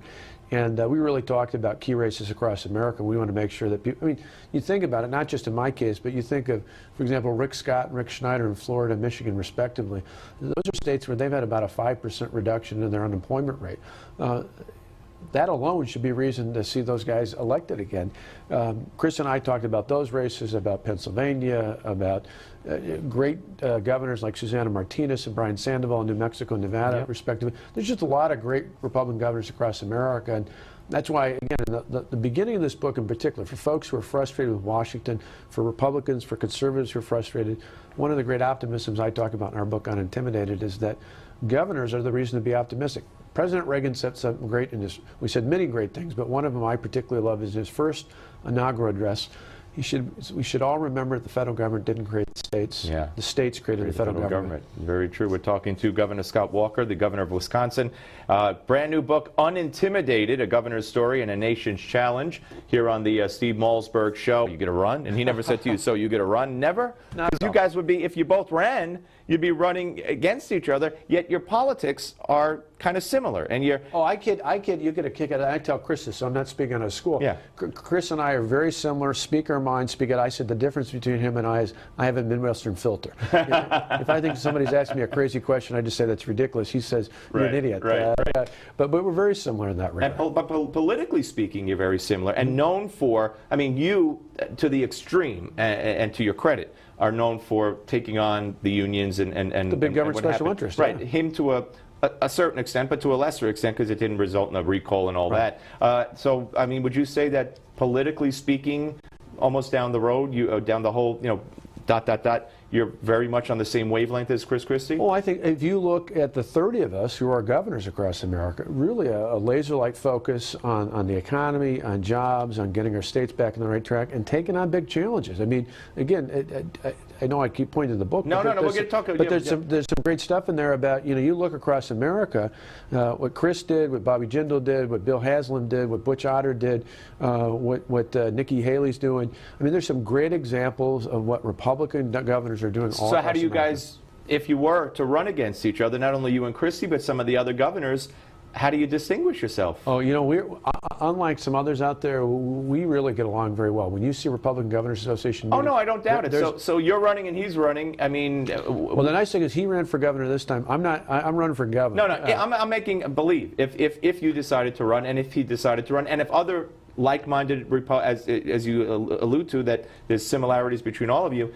Would it be tough if there's more than one of you in there to distinguish yourself from the other? I mean, what would make the difference? I think with all those different governors, there's going to be some, I mean, to me, I'd love to have a debate about the future when it comes to the economy and it comes to fiscal issues. A lot of things that I think right now are being overlooked in our nation's capital. I think governors are the ones to make that case. All right, let's talk about Paul Ryan for a second. I just saw a story yesterday where Paul Ryan was stressing how important immigration reform is. John Boehner said we're not touching it this year. That we're not touching the bill in the Senate at all. If we do it, we're going to do it in pieces, piecemeal.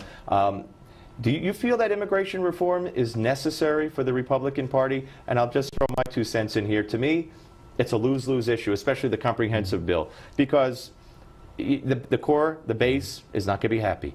The people who you bring in and legalize or whatever are always going to vote, 95% of them are going to vote Democrat anyway. And there are no jobs here now for people. And the argument is, well, we need high-skilled immigrants, we need low-skilled immigrants. We have in minority communities, the unemployment rate is 30% for youngsters. So I just don't see, and Republicans will never be able to go far enough to satisfy the media or the Democrats. They'll work with you, you'll pass something, and then they'll say, well, the reason you couldn't get your gay partner in here is because the evil Republican we wanted, but they didn't, so you're right back as the evildoer again, even if you give. So I don't see how it's a positive for Republicans to pass immigration reform. Yeah, I think the debate about what's happening in Washington right now is indicative of why Washington's so screwed up.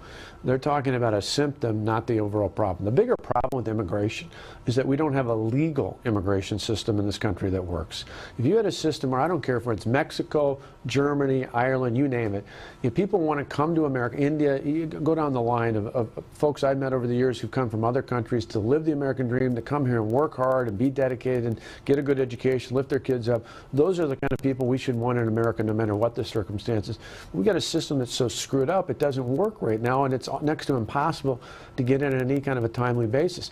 That's what the federal government should be fixing, is a legal immigration system that works, that is timely, matched up with a system that protects us against people who want to come into this country to do us harm, not just to feed off of the welfare system, but to do us harm in terms of other ways.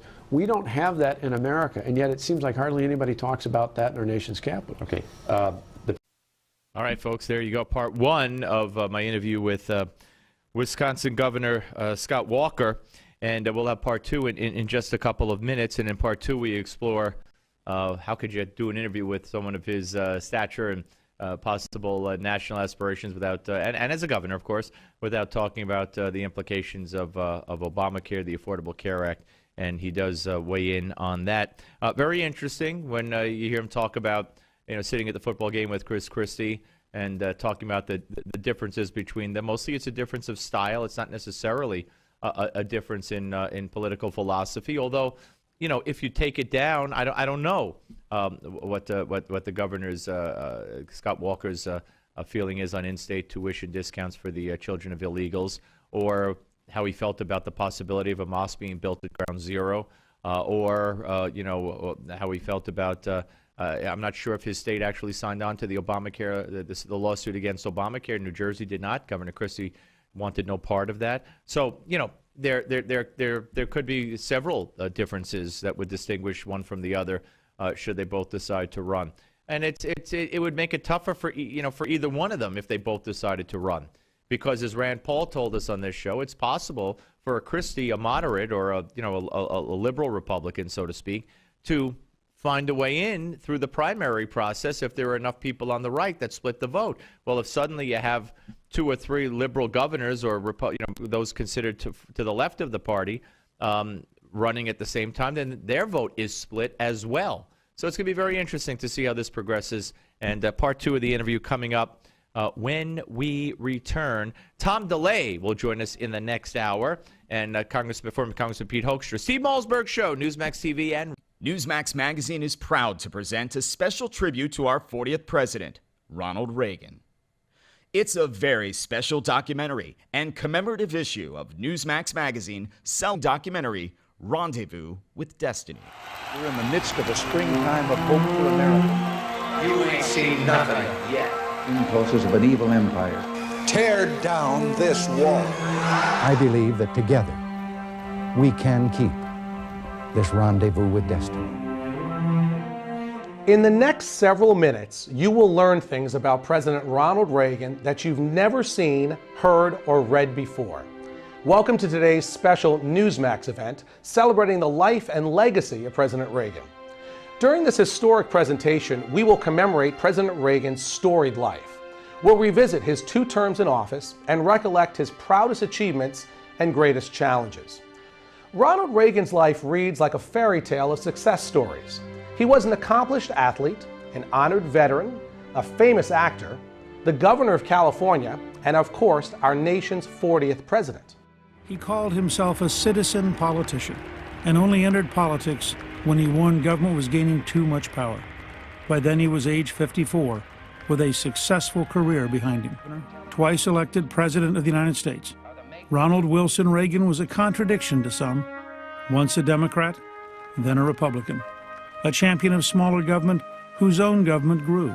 A fiscal conservative who failed to balance the budget.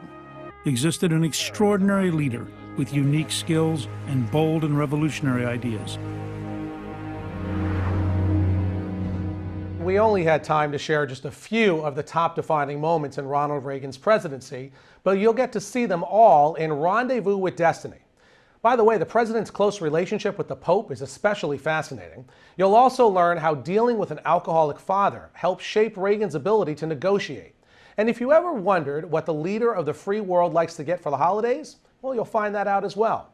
So let's review today in this free offer. We are sending you a copy of Ronald Reagan, Rendezvous with Destiny, and the collector's limited edition of our issue commemorating the 100th anniversary of President Reagan's birth. Right now, when you subscribe to Newsmax Magazine, you can own both the DVD and receive the special Reagan 100th Birthday Commemorative Edition. That's $25 in bonus gifts when you subscribe. Go to newsmax.com/Reagan13 to subscribe today. Join the millions who read Newsmax Magazine every month.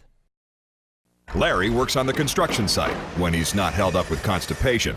Mary sits all day at a desk, which does little to relieve gas and bloating. You can't schedule abdominal discomfort, but you can help alleviate it with Bactipro.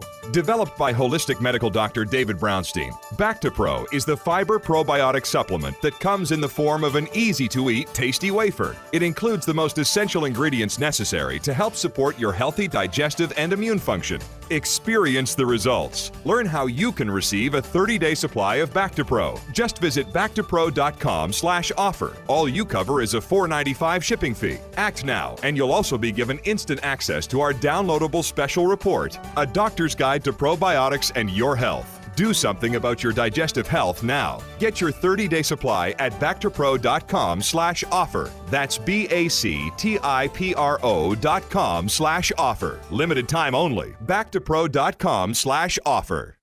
Have you hit a brick wall with your weight loss? Does your weight management plan need an extra edge for success? If so, listen up.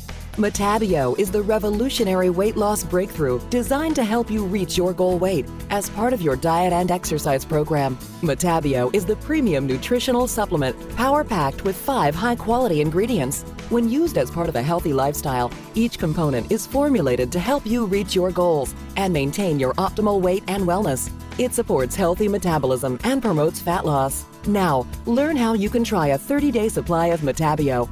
Just cover a $4.95 shipping fee. Visit themetabio.com/special. Act now and also receive instant access to our downloadable special report, a practical guide to healthy weight management. Try it now at themetabio.com/special. That's the METABIO.com/special. While supplies last.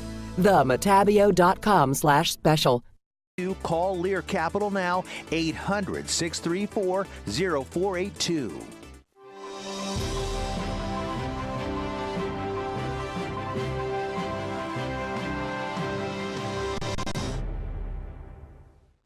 The Steve Malzberg Show is just a bit different from the other radio shows. We have TV cameras. Watch the show at Newsmax.com or listen on your favorite radio station.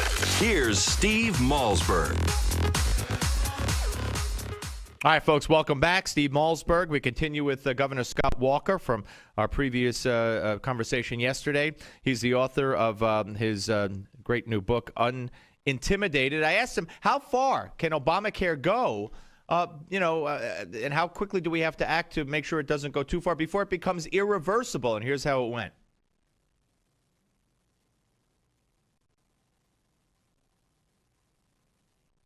All right. If along the way, and I've argued earlier on this year that we should push to postpone, because there's no way this president, under any circumstance, no matter how low his polls are, he doesn't stand for election again. He's not going to stand for an outright repeal up front. And I obviously disagree with his policies, but I think many of us, if you're in this position, might do that on a different policy. But I do think there is a legitimate case to be made to postpone not just the employer mandate, but the individual mandate. If you push that back enough, then you do get the time. You mentioned you win the Senate 14, and then 2 years later you get a new president. Because I think most Americans, even those that are kind of in that persuadable, middle-of-the-road type category, they see what a mess this is. They see the chaos there. They see people falling through the cracks. I think that's a reasonable expectation that most of them for prime time. And in that time, we can make the case for a much more viable alternative, which to me is a market-driven one. Don't have the federal government nor the state government telling me or my family what I do with health care. Buy your across state lines. Addresses all those issues, but doesn't have the mighty hand of the government involved in that. And I think people have seen that this is an abysmal failure. They should know, that Obamacare really is the evolution of Hillary Care back 20 years ago. I mean, she was really the one who created this, and this is just the full extension of that. And that's something we don't want to see continue. So, Governor, when Bill Clinton made his statement that, even if you have to change the law, these people should be able to keep their policies, was that the first salvo of Hillary separating herself from this and running from Obamacare, when, as you say, it's merely really an extension of Hillary Care, which will come up in the race in 2016? It was very, very similar to what we saw 20 years ago in that Clinton White House when she was the one leading the charge in that regard. I do think it is one where I don't agree with Bill Clinton's policies, but his politics, he's brilliant.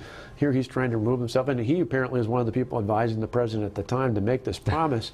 Part of the problem with this White House right now is it appears to be that most of their policy decisions are driven by their political shop and not by their policy side, so that they're making promises they just can't. They can't. Well, will this be the read my lips, no new taxes, or the Mr. Gorbachev tear down this wall? Will this be the legacy of Barack Obama? If you like your insurance, you could keep it. If you like your doctor, you could keep it. I think there's a real sentiment of that, and I think that's why when I talk about the book, there's that big frustration with Washington. That's why more and more I think people are going to look to leaders coming out of the states to say we offer the better contrast. And in all likelihood, running against Hillary Clinton, whoever the Republican is, tagging her with Hillary Care, Benghazi. I mean, and this is something we haven't talked about, and this is my fear with, or question, especially if you have two governors running, foreign policy. So let's talk just briefly a little bit. I look at that and I say, even for somebody who was Secretary of State, you look at the failures of Benghazi saying she can claim to be experienced, but that's not necessarily good experience.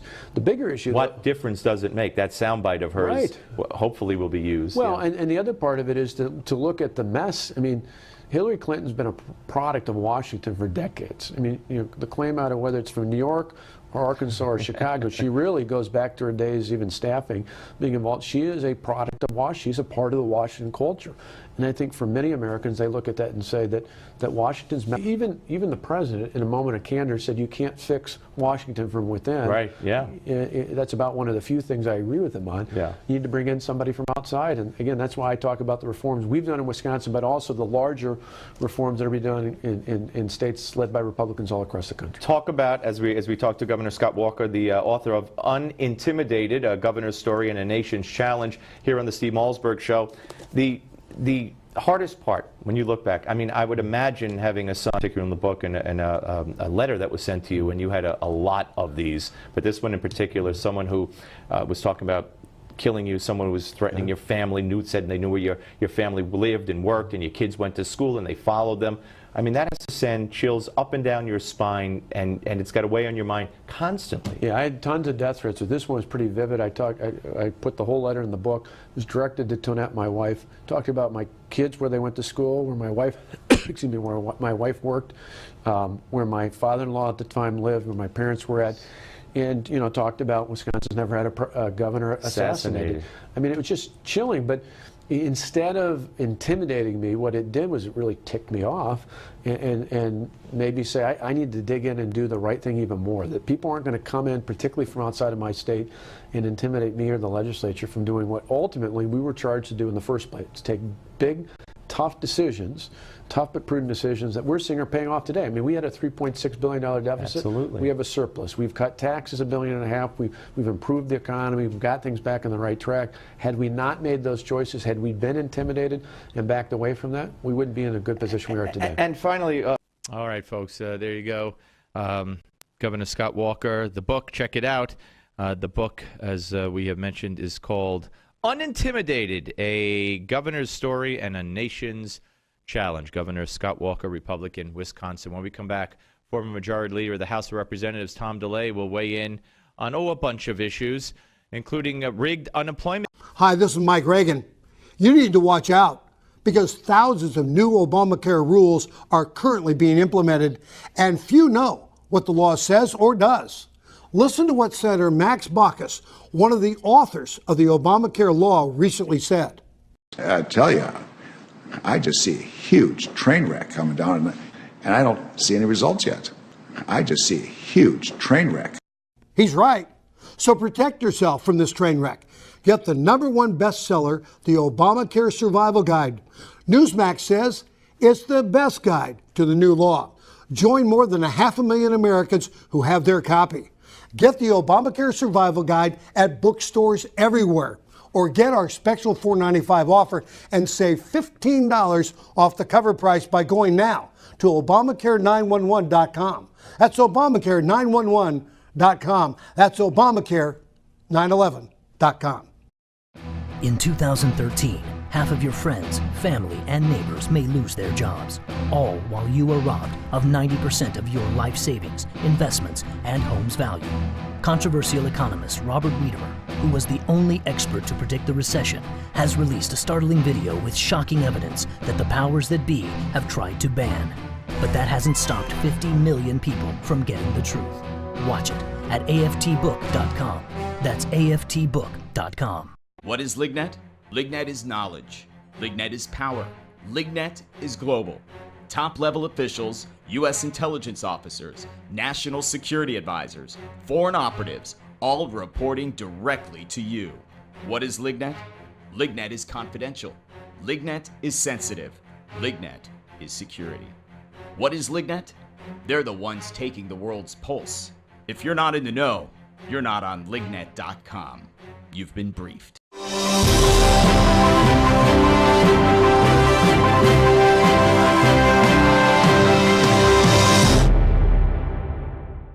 Newsmax Magazine is proud to present a special tribute to our 40th president, Ronald Reagan.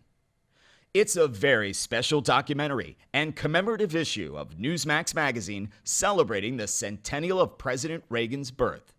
First, here's a video clip from the award-winning documentary, Rendezvous with Destiny. We're in the midst of a springtime of hope for America. You ain't seen nothing yet. Impulses of an evil empire. Tear down this wall. I believe that together we can keep this rendezvous with destiny. In the next several minutes, you will learn things about President Ronald Reagan that you've never seen, heard, or read before.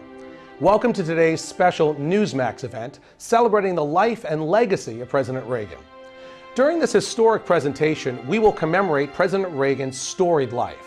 We'll revisit his 2 terms in office and recollect his proudest achievements and greatest. Accomplished athlete, an honored veteran, a famous actor, the governor of California, and of course, our nation's 40th president. He called himself a citizen politician and only entered politics when he warned government was gaining too much power. By then he was age 54, with a successful career behind him. Twice elected President of the United States, Ronald Wilson Reagan was a contradiction to some. Once a Democrat, then a Republican. A champion of smaller government whose own government grew.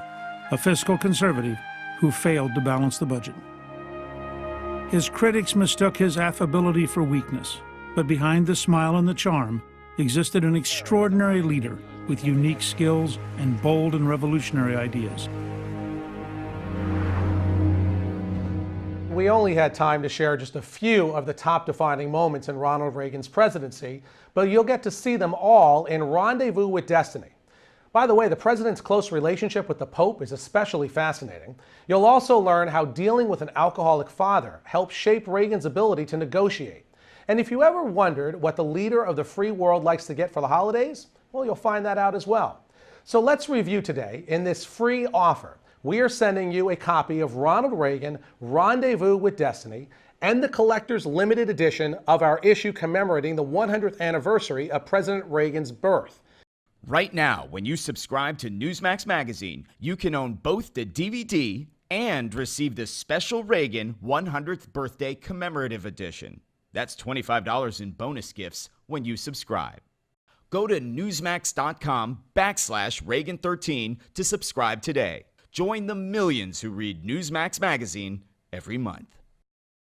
The debt bomb is ticking. U.S. Treasury says our national debt will hit $28 trillion by 2018. Every second you keep your savings in paper investments, the national debt destroys your savings and your retirement. But just as the national debt has more than tripled in the last decade, so has gold. Gold rises with debt more than any other asset on Earth. So as the national debt doubles in the next 5 years, where do you think your savings and IRA need to be?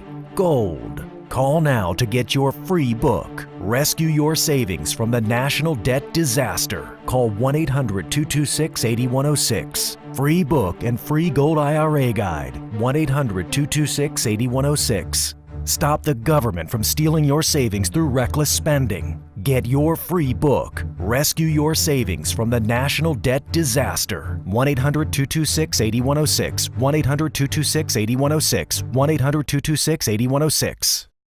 In 2013, half of your friends, family, and neighbors may lose their jobs, all while you are robbed of 90% of your life savings, investments, and home's value.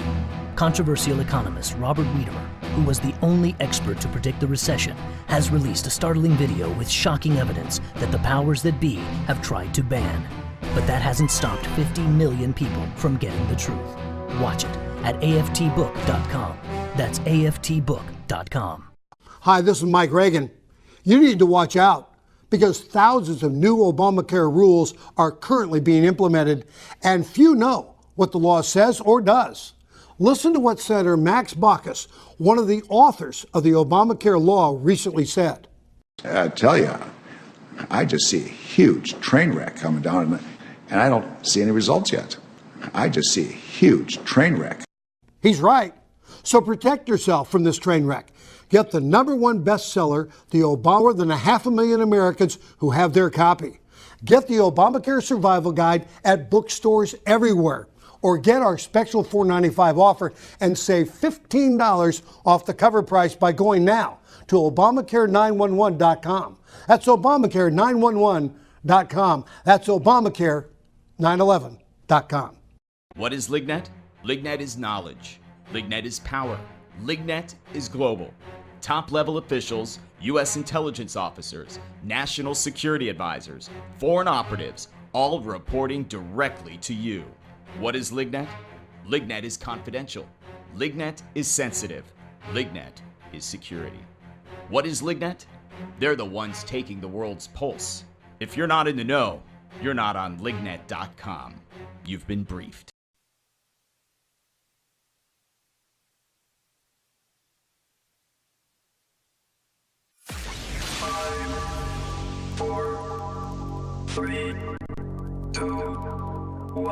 Broadcasting live from the Newsmax studios, this is the Steve Malzberg Show. Be a part of the action by calling toll-free 1-877-Newsmax. That's 1-877-639-7629. Or email Steve at malzbergshow@newsmax.com. Here is Steve Malzberg. All right, folks, welcome back. Hour number 3 of the Steve Malzberg Show. And we are happy to say that once again we are joined by former Congressman from the great state of Texas, Tom DeLay. Hello, Congressman. How are you? I'm fine, Steve. I hope you're doing well. I am. I'm glad to hear from you again. Glad you could join us. I appreciate it. Too bad there's nothing to talk about. Oh, boy, oh, boy. All right, let me start with something that came out today, which you may or may not be aware of, and that is that the New York Post reported John Cradell, who's the financial editor of the New York Post. He has a Census Bureau source, a man who was caught faking results, unemployment results, Julius Buckman.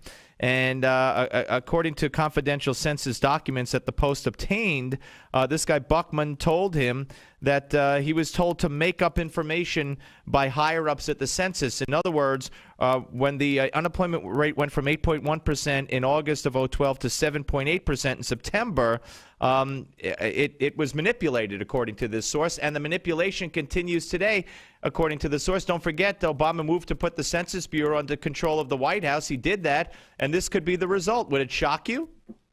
It doesn't shock me at the least. We've been trying to say this ever since 2008. People have been talking about the real unemployment number is not what is being put out by the Department of. We don't know exactly what they are, because the people that are doing this, whenever it has bad news, they change it. And we've been trying to say this ever since Obama became president, and they've gotten worse at it.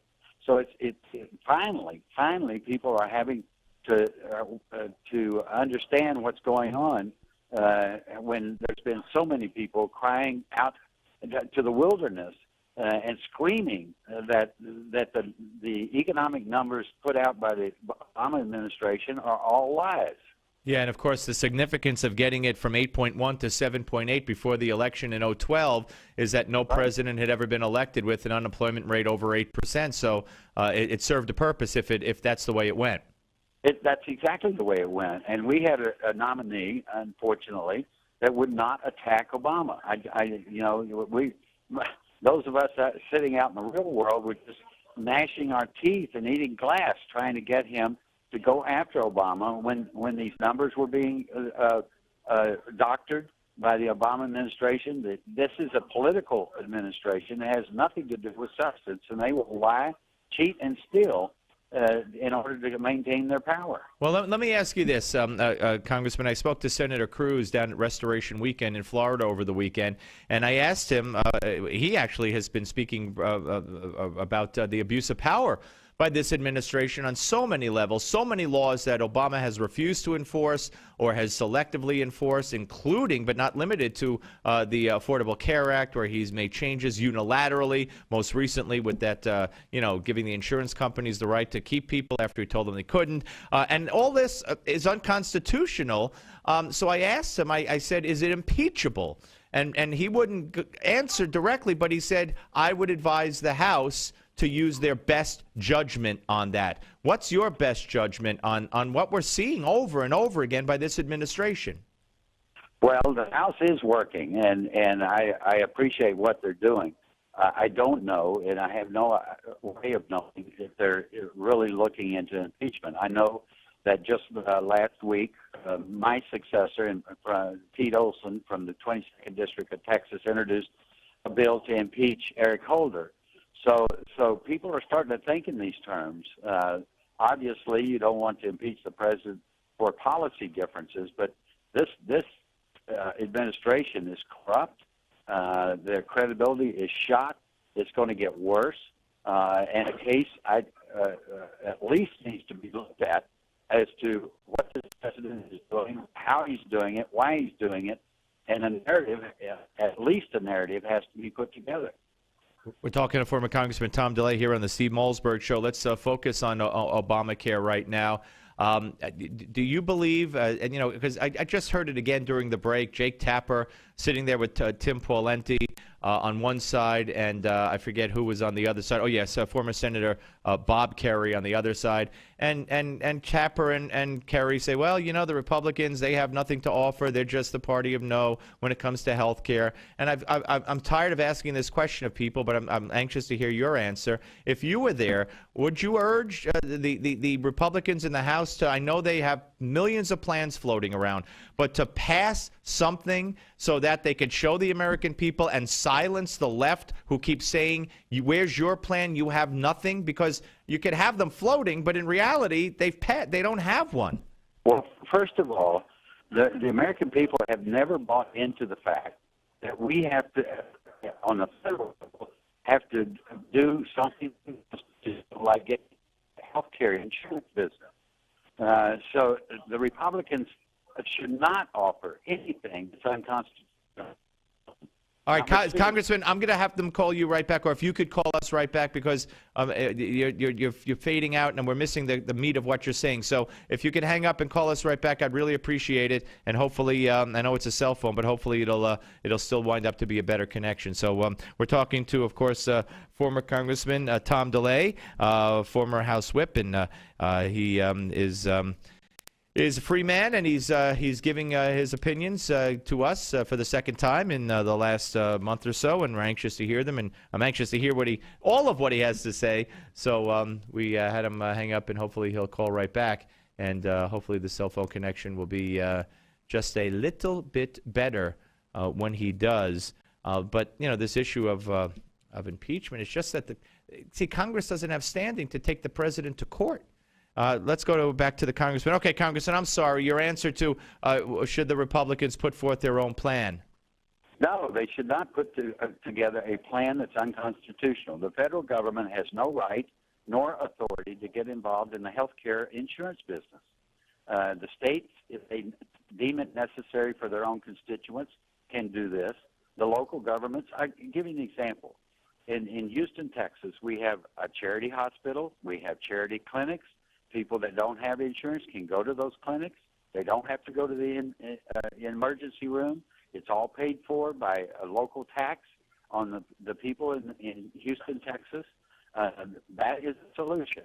A federal solution is unconstitutional, and I urge the Republicans not to provide anything. One thing they could do that's within the Constitution is have to allow health insurance plans to be sold across state lines. That's interstate commerce, and they could do that. Those kinds of things. But first of all, it's not the federal government's authority or responsibility to take care of the 30 million people that did not provide for themselves by buying insurance or opening a health savings account. So you say any plan, whether it's making insurance companies accept pre-existing conditions, or keeping your kids on their plan till you're 26, making that possible, that's all unconstitutional, sir? Yes, you don't get into the health care insurance marketplace. Gotcha. That is a prerogative of the states, outlined by the 10th Amendment, and it is not the prerogative of the federal government. That's why President Obama said last week that they've been trying for 100 years to do this. And he said it in the press room of the White House. I couldn't believe it. It is not the federal government's business to be involved in the healthcare insurance business. Gotcha. When you start setting benefits and you start setting prices, you destroy the market. I mean, if you go to their website, the big, huge banner on the front of the website says, "Welcome to the marketplace." That in itself is a lie. Congressman, I'm up against a hard break. I thank you so much. Very interesting, and I'm sure we'll continue this conversation. Thank you. Thank you. Glad to be with you. Former Congressman Tom DeLay here on the Steve Malzberg Show. Very interesting. First person I've heard on the Republican side say, no, they shouldn't offer a plan. In 2013, half of your friends, investments, and home's value. Controversial economist Robert Wiedemer, who was the only expert to predict the recession, has released a startling video with shocking evidence that the powers that be have tried to ban. But that hasn't stopped 50 million people from getting the truth.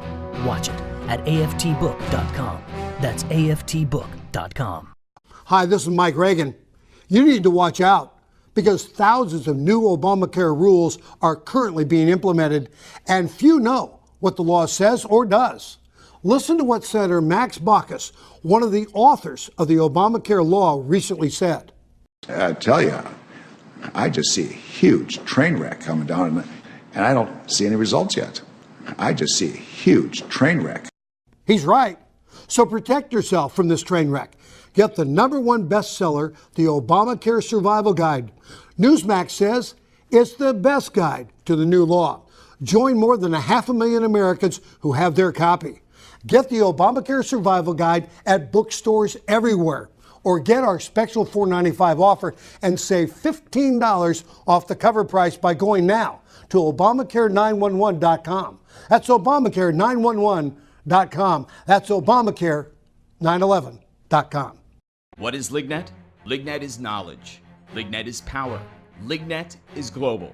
Top-level officials, U.S. intelligence officers, national security advisors, foreign operatives, all reporting directly to you. What is LigNet? LigNet is confidential. LigNet is sensitive. LigNet is security. What is LigNet? They're the ones taking the world's pulse.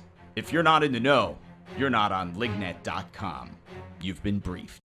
Do you suffer from joint discomfort? Contrary to what the experts may say, achy joints do not have to be a normal part of aging. Holistic doctor David Brownstein challenged conventional thinking to focus on natural solutions for joint health. As a result, Dr. Brownstein has recently developed Limbex, the premium nutritional supplement specifically formulated to support healthy joints and connective tissue. It's a new joint breakthrough formula containing 11 hand-picked nutrients. Learn more at limbexjoint.com/special and take the 30-day Healthy Joint Challenge. That's a 30-day supply of the Limbex Joint Supplement. All you pay is a $4.95 shipping fee. Act now and you'll also be given instant access to our downloadable special report, A Doctor's Guide to Happy, Healthy Joints. Days at limbexjoint.com/special. That's limbexjoint.com/special. Freedom to travel, more time for leisure, including an active lifestyle, even renewed intimacy. The last thing you want is the hassle of an aging prostate. Frequent trips to the bathroom also keep you awake at night. But here's good news. Renowned physician Dr. David Brownstein believes that prostate concerns do not have to be an inevitable part of aging.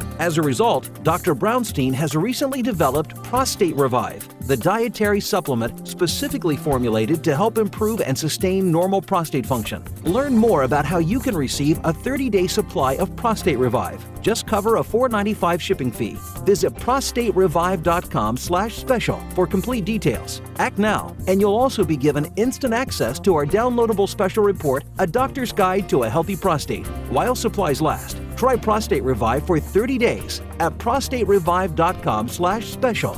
That's prostaterevive.com/special.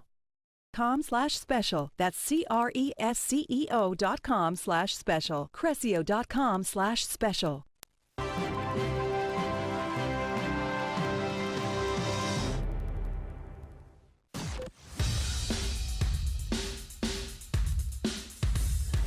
This is not your typical Screamfest talk show. No. This is the next generation of talk radio. Here is Steve Malzberg. All right, we are back and better than ever.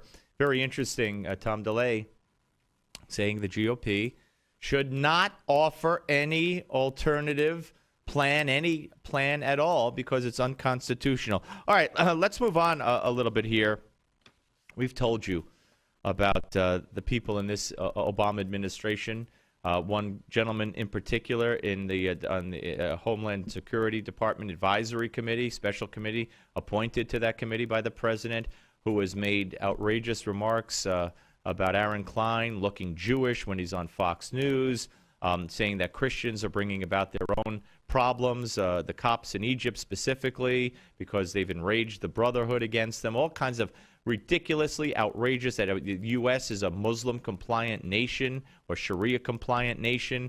Well, he's not alone. In the Department of Homeland Security, a national journal, Alex Seitz Wald, writes that the black nationalist Department of Homeland Security employee who was placed on leave almost 4 months ago for running a website that espouses, get this, the mass murder of whites. Now, understand what I'm saying, okay? This man works for the Department of Homeland Security. He ran a website in his spare time that called for the mass murder of whites. Enough to get him at least fired, if not put in jail for incitement or trying to incite violence. I don't know if that's against the law, because Now, if there was a Homeland Security person or anybody who worked in government or outside government who had a website that called for the mass murder of blacks, rightfully so, I'm sure they'd be prosecuted. But if you're black and you work for the Department of Homeland Security, apparently, if you call for the mass murder of whites, it's not that terrible in the Abomination. Now, let me continue here. He has still not been fired, an agency spokesman told National Journal. The Southern Poverty Law Center, which just saying that name makes me sick, first exposed Io Kamathi in August, prompting a small media firestorm that led to DHS to place the procurement officer on administrative leave with pay pending a review. September, October, November. A quarter of a year later, DHS Deputy Press Secretary Jillian Christensen confirmed that his status has not changed. He's still on leave pending review. Excuse me, but if I see a website that someone's running and it calls for the mass murder of anybody, whites, blacks, but in this case, whites, and he's black, what's there to review? I know the president's detached, uninterested, self-described lazy. I know that. But are you kidding me? Kamathi, using the online name The Irritated Genie, called for the quote-unquote ethnic cleansing of, you ready for this? Black-skinned Uncle Tom race traders on his website. That was a quote, by the way. Which envisioned a massive race war on the horizon. Quote, in order for black people to survive the 21st century, we're going to have to kill a lot of whites, more than our Christian hearts can possibly count. It's a quote. In other postings, he warned that whites and their enablers, like President Obama, he doesn't like Obama, are trying to, quote unquote, homosexualize black men in order to make them weaker, and suggested that a woman's primary role in life should be to keep strong black men happy. He also seemed to hold anti-Semitic views. I'm shocked. Claiming in a Facebook post that his website was under attack from a conspiracy of, quote, Zionist small hats, the Uncle Tom Coons, and naturally the haters. End quote. Kamathi, who's been at DHS since 2009. Gee, what happened in 2009? Let me think. Oh, Barack Obama was elected, and we became the Abomination. Silly me, I couldn't put two and two together. He works for Immigration and Customs Enforcement, made $115,000 in 2012. Civil service laws make it difficult for the government to fire employees. This is just wonderful. This is just great. Isn't it wonderful? Yep. Good people can't get a job. Good people get fired, laid off, furloughed, whatever, and the government cries about it. And Obama cries about it. But this guy is still getting his salary of over $100,000 from you and me and everyone else for that matter. How about this? Want to buy an electric car? Okay. Could you afford one of the Telsa cars? Okay. Well, the National Highway Traffic Safety Administration said today it's opening a formal investigation into 13,100 Telsa Motors Model S electric vehicles for battery fires a month after it declined to do so. It comes as the California startup said it would extend warranty coverage to fire claims and is making changes to make the vehicles less susceptible to striking roadway debris. It appears that there's been several reports of fires when they strike roadway debris. The battery can occasionally or has occasionally caught on fire from the debris struck on the roadway. Not a good thing. Not a good thing. But hey, I'm not celebrating that. I'm just telling you about it. It's aware of 2 incidents occurring on U.S. public highways in which the subject vehicles caught fire after an undercarriage strike with metallic roadway debris. The resulting impact damage to the propulsion battery tray initiated thermal runaway. Hate thermal runaway. Will, you like thermal runaway? I got thermal underwear that I don't have it on, but I don't know anything about thermal runaway. All right, folks, when we come back, former Congressman, former Chairman of the House Intelligence Committee, Pete Hoekstra will join us, and we're going to talk about Iran and much, much more. And we're going to do that. By the way, you want to weigh in, 877 Newsmax. And don't forget, coming up right after this show at 6 o'clock, right here on NewsmaxTV.com, 6 p.m. Eastern, 3 p.m. Pacific, we'll be airing Lincoln at Gettysburg, a documentary hosted by our very own John Fund. Immediately following this show, be there on the Steve Malzberg. Newsmax Magazine is proud to present a special tribute to our 40th president, Ronald Reagan.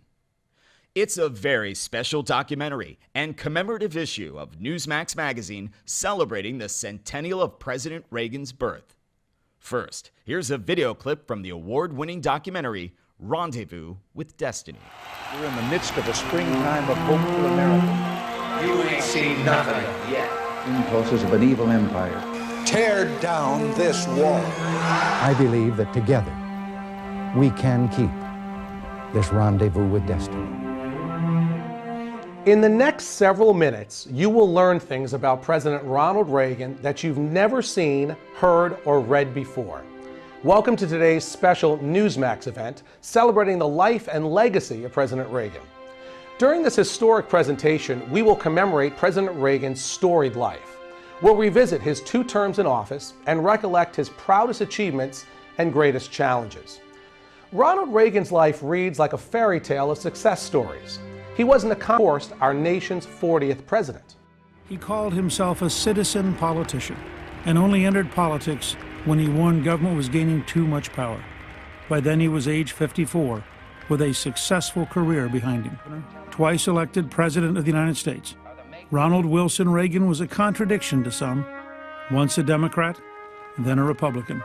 A champion of smaller government whose own government grew. A fiscal conservative who failed to balance the budget. His critics mistook his affability for weakness, but behind the smile and the charm existed an extraordinary leader with unique skills and bold and revolutionary ideas. We only had time to share just a few of the top defining moments in Ronald Reagan's presidency, but you'll get to see them all in Rendezvous with Destiny. By the way, the president's close relationship with the Pope is especially fascinating. You'll also learn how dealing with an alcoholic father helped shape Reagan's ability to negotiate. And if you ever wondered what the leader of the free world likes to get for the holidays, well, you'll find that out as well. So let's review today. In this free offer, we are sending you a copy of Ronald Reagan, Rendezvous with Destiny, and the collector's limited edition of our issue commemorating the 100th anniversary of President Reagan's birth. Right now, when you subscribe to Newsmax Magazine, you can own both the DVD and receive the special Reagan 100th Birthday Commemorative Edition. That's $25 in bonus gifts when you subscribe. Go to newsmax.com/Reagan13 to subscribe today. Join the... Up with constipation. Mary sits all day at a desk, which does little to relieve gas and bloating. You can't schedule abdominal discomfort, but you can help alleviate it with Bactipro. Developed by holistic medical doctor David Brownstein, Bactipro is the fiber probiotic supplement that comes in the form of an easy-to-eat, tasty wafer. It includes the most essential ingredients necessary to help support your healthy digestive and immune function. Experience the results. Learn how you can receive a 30-day supply of Bactipro. Just visit Bactipro.com/offer. All you cover is a $4.95 shipping fee. Act now, and you'll also be given instant access to our downloadable special report, A Doctor's Guide to Probiotics and Your Health. Do something about your digestive health now. Get your 30-day supply at Bactipro.com/offer. That's BACTIPRO.com/offer. Limited time only. Bactipro.com/offer.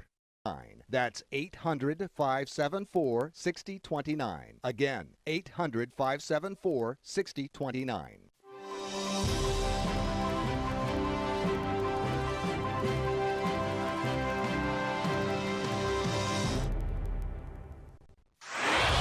Microphones hot. Satellite link established. Studio lights illuminated. Cameras rolling. Audio and video encoders firing ones and zeros. Internet stream is streaming. The most technology advanced radio show is on the air. Here's the captain of this enterprise, Steve Malzberg. All right, joining us right now as we welcome you back to the Steve Malzberg Show. And by the way, in the next segment, I got some sports stories I want to talk about. Did you see the end of the game, the Patriots and the Panthers game yesterday on Monday Night Football? Tom Brady almost did it again, almost led the charge for a last-second, last-drive, fourth-quarter comeback victory, but it was not to be.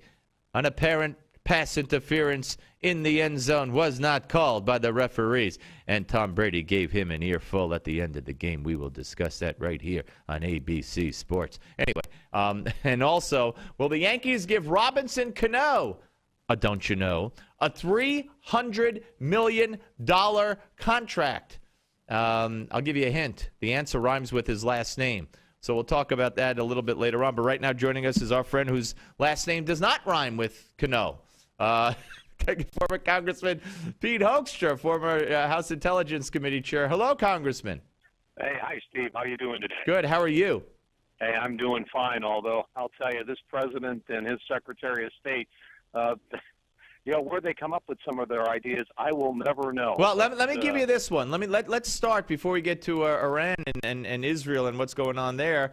There's a lot of talk as to the president not being at the 150th anniversary of the Gettysburg Address, and this is something that was written about weeks and weeks ago. So to say his schedule doesn't permit it is just total and utter nonsense. But maybe he's writing another address. I speculated, because there's a report out today at FoxNews.com that Obama is reportedly going to, as part of the new security deal with Afghanistan, not only are we going to be keeping troops there for a long, long time, but he's going to write an open letter to the Afghani people basically apologizing for American mistakes. Well, that's exactly what I was talking about when we started this conversation. It's not only about Iran and Israel, but I saw the same report, and I talked to the folks at Newsmax earlier today. Here we are. We are attacked by a radical terrorist group out of Afghanistan. We send our troops in. We remove the threat of al-Qaeda from Afghanistan. We remove the brutal regime of the Taliban from being in government, from controlling the government in Afghanistan.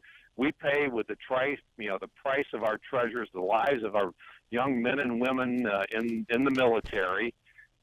We've paid billions of dollars into a corrupt regime to try to get this government and this people on their feet. And this Secretary of State, to get a deal, says, hey, you know what?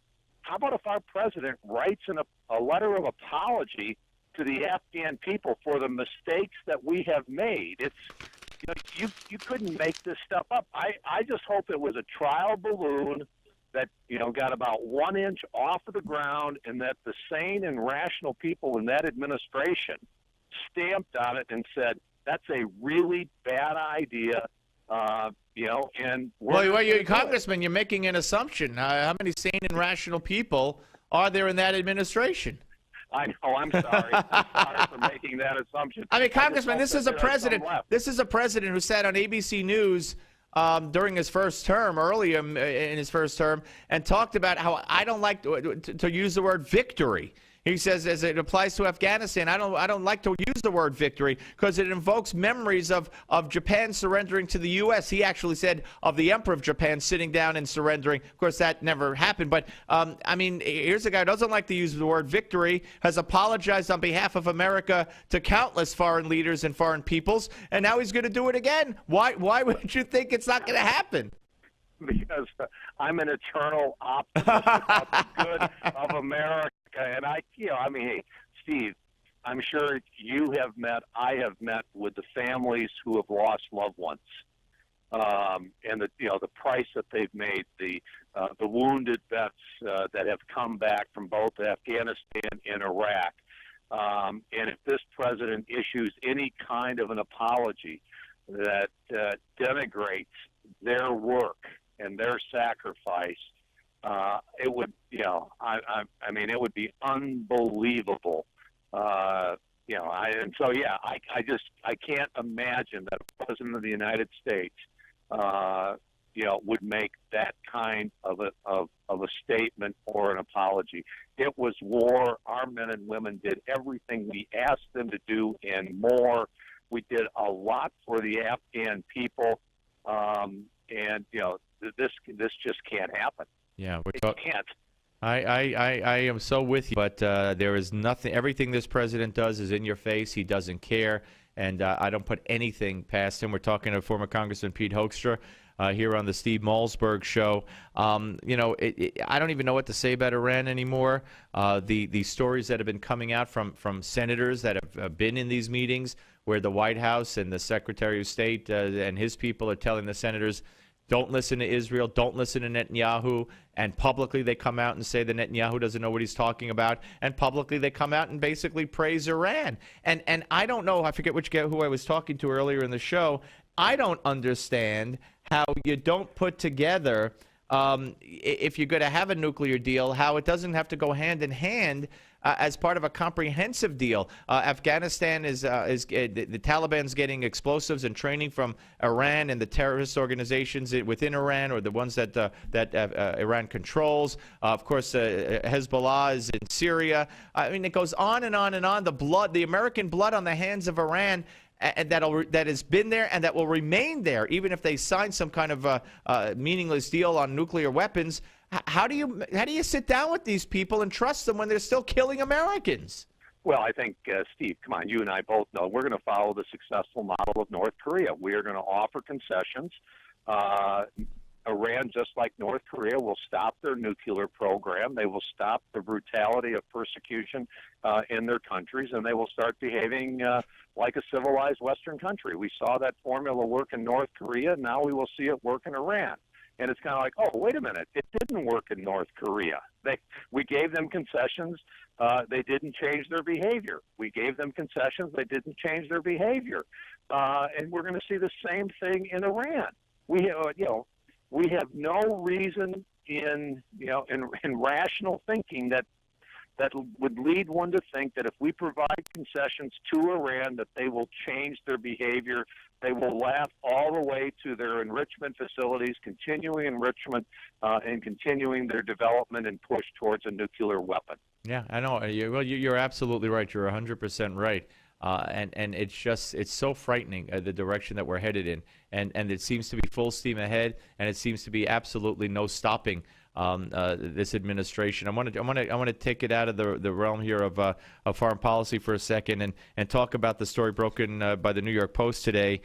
Basically, John Cradell, who has been in contact with a census employee who was caught fudging the numbers on the labor statistic numbers. Of course, the president moved the Census Bureau into the White House, which was unprecedented. And now it turns out, according to him, and there's documentation that Credell has seen and received, that the decline of the unemployment rate from over 8% to under 8% in September, from August to September of 2012, just in time to get Obama reelected, was phony.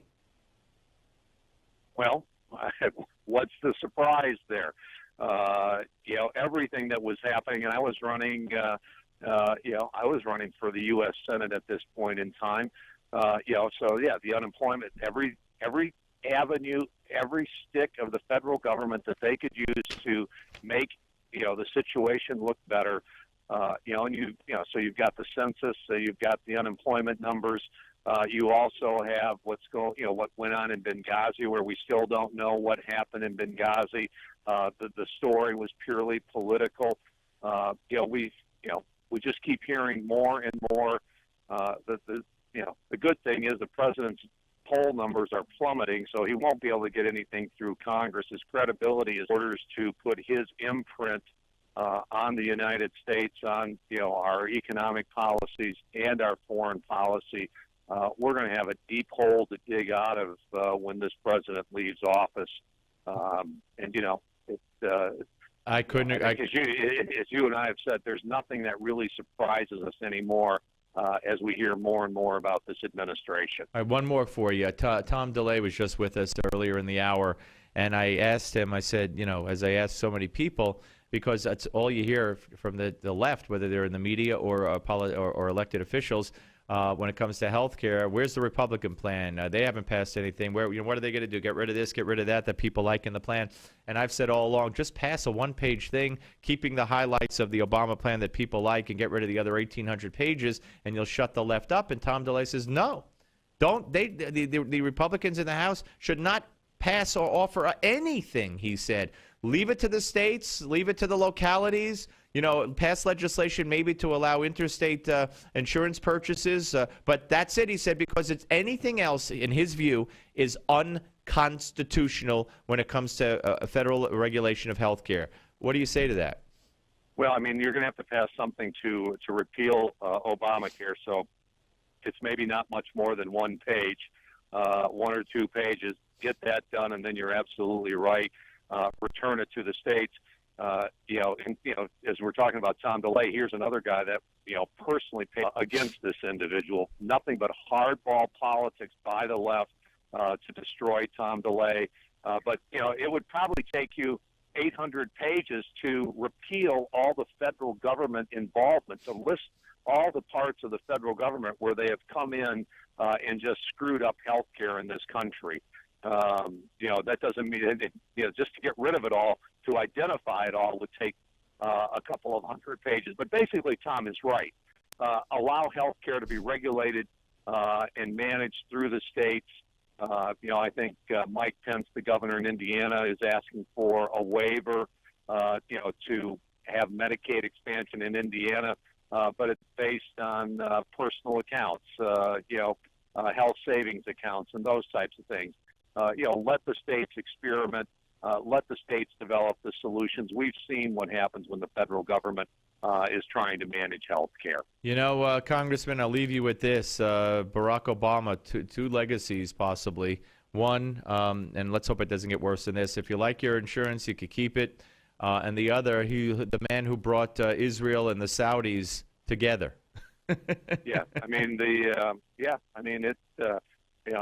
He abandoned both countries, and now they're finding each other. What do you say? Israel, a staunch ally, and we're abandoning them.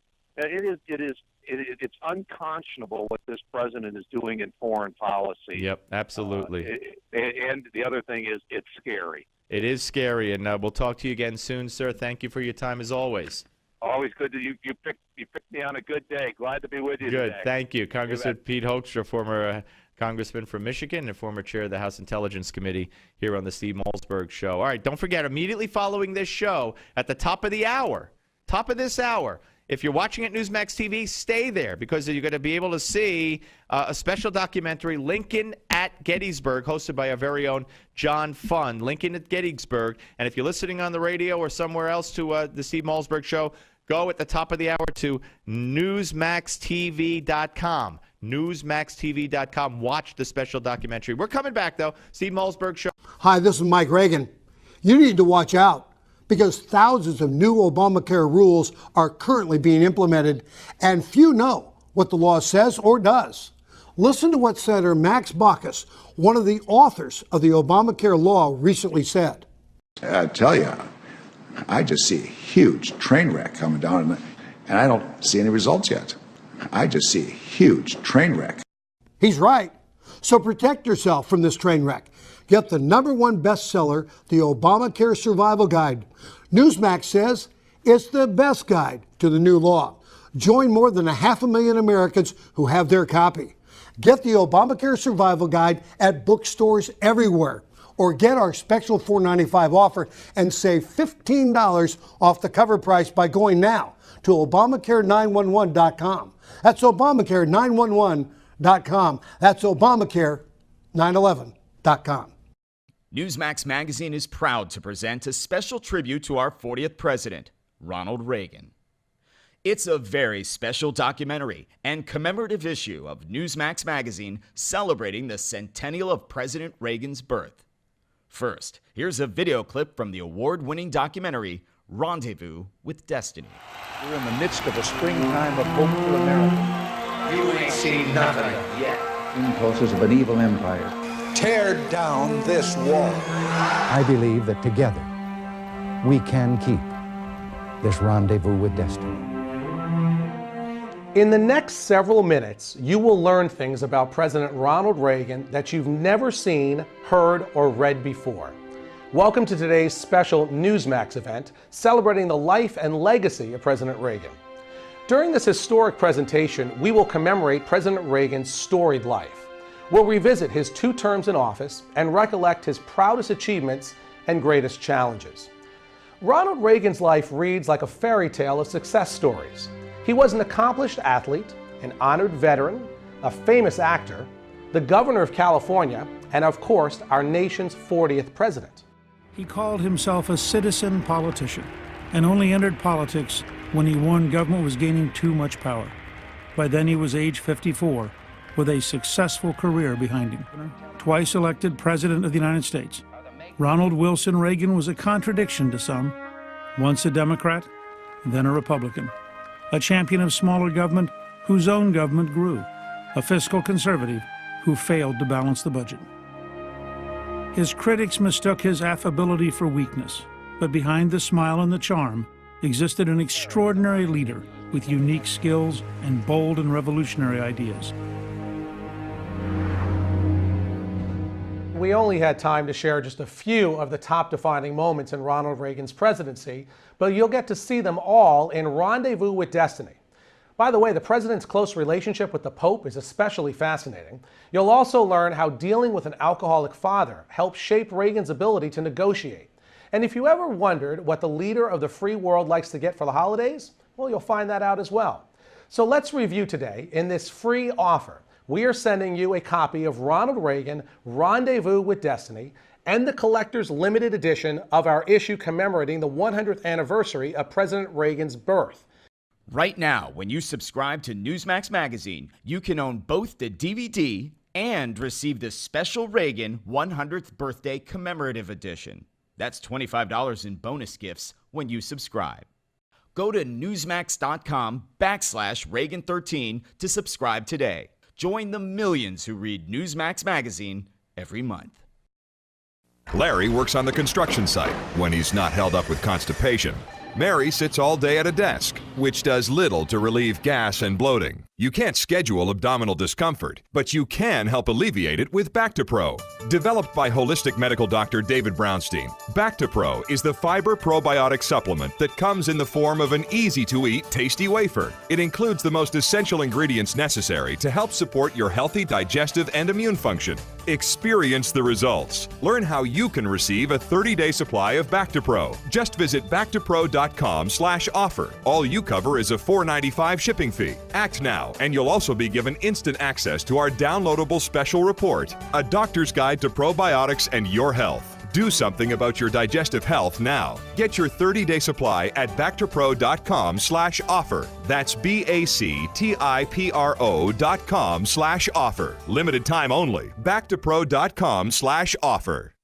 That's 800-574-6029. Again, 800-574-6029.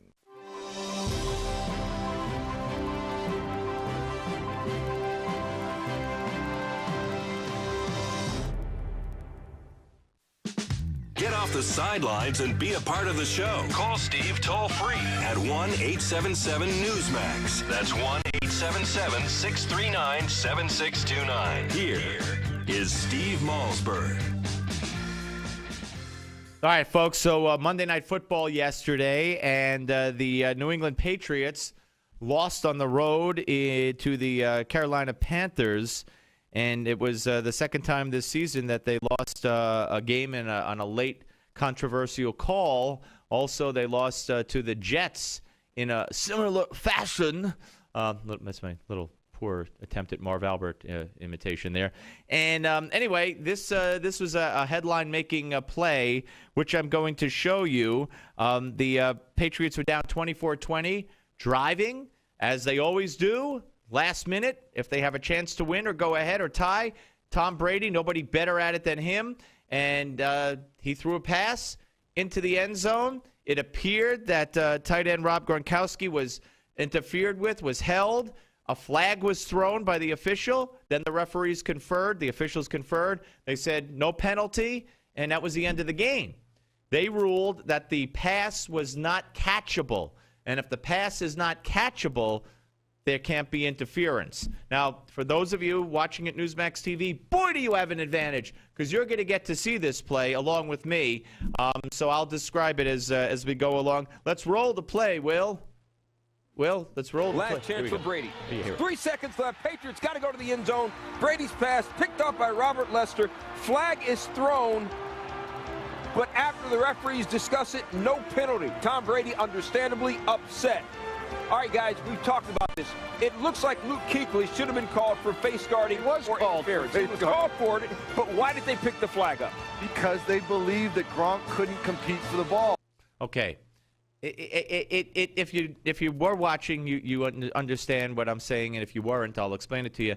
The ball was thrown far short of where Gronkowski was in the end zone and was picked off by one of the Carolina Panthers.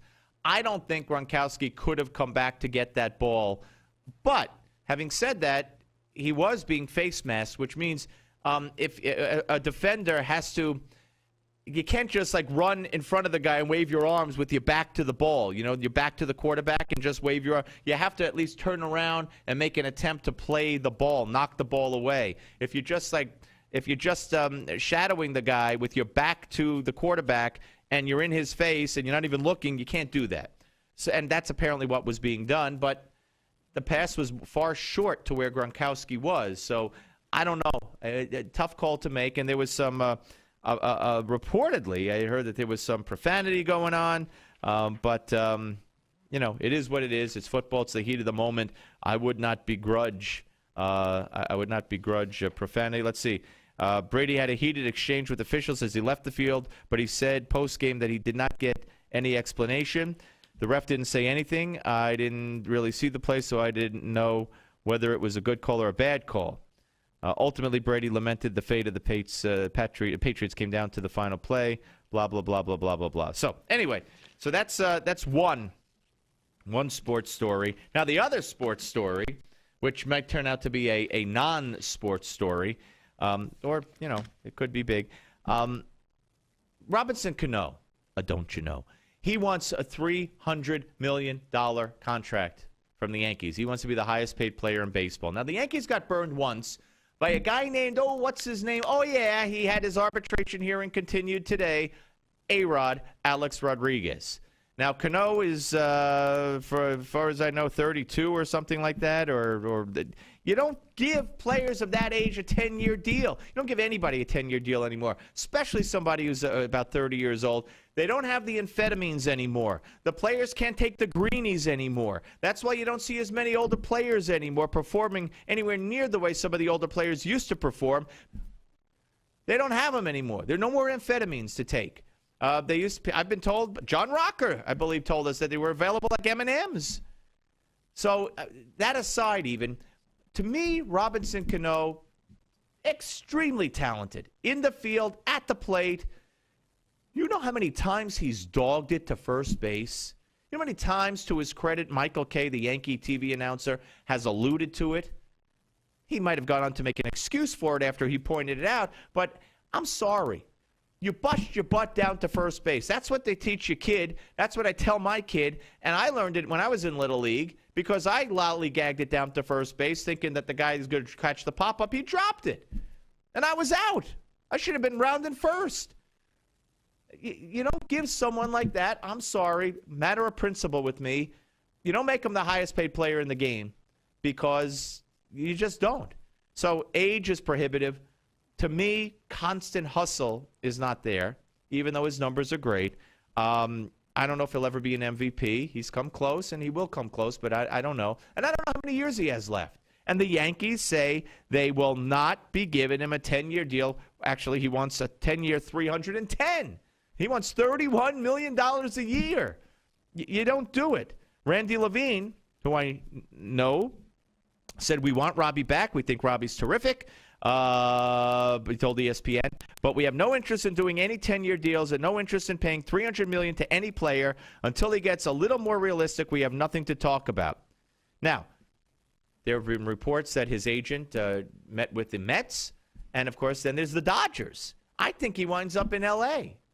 To be honest with you, that's where I think he winds up. Folks, stay tuned right now at NewsmaxTV.com. for Lincoln at Gettysburg with our friend John Fund as the host.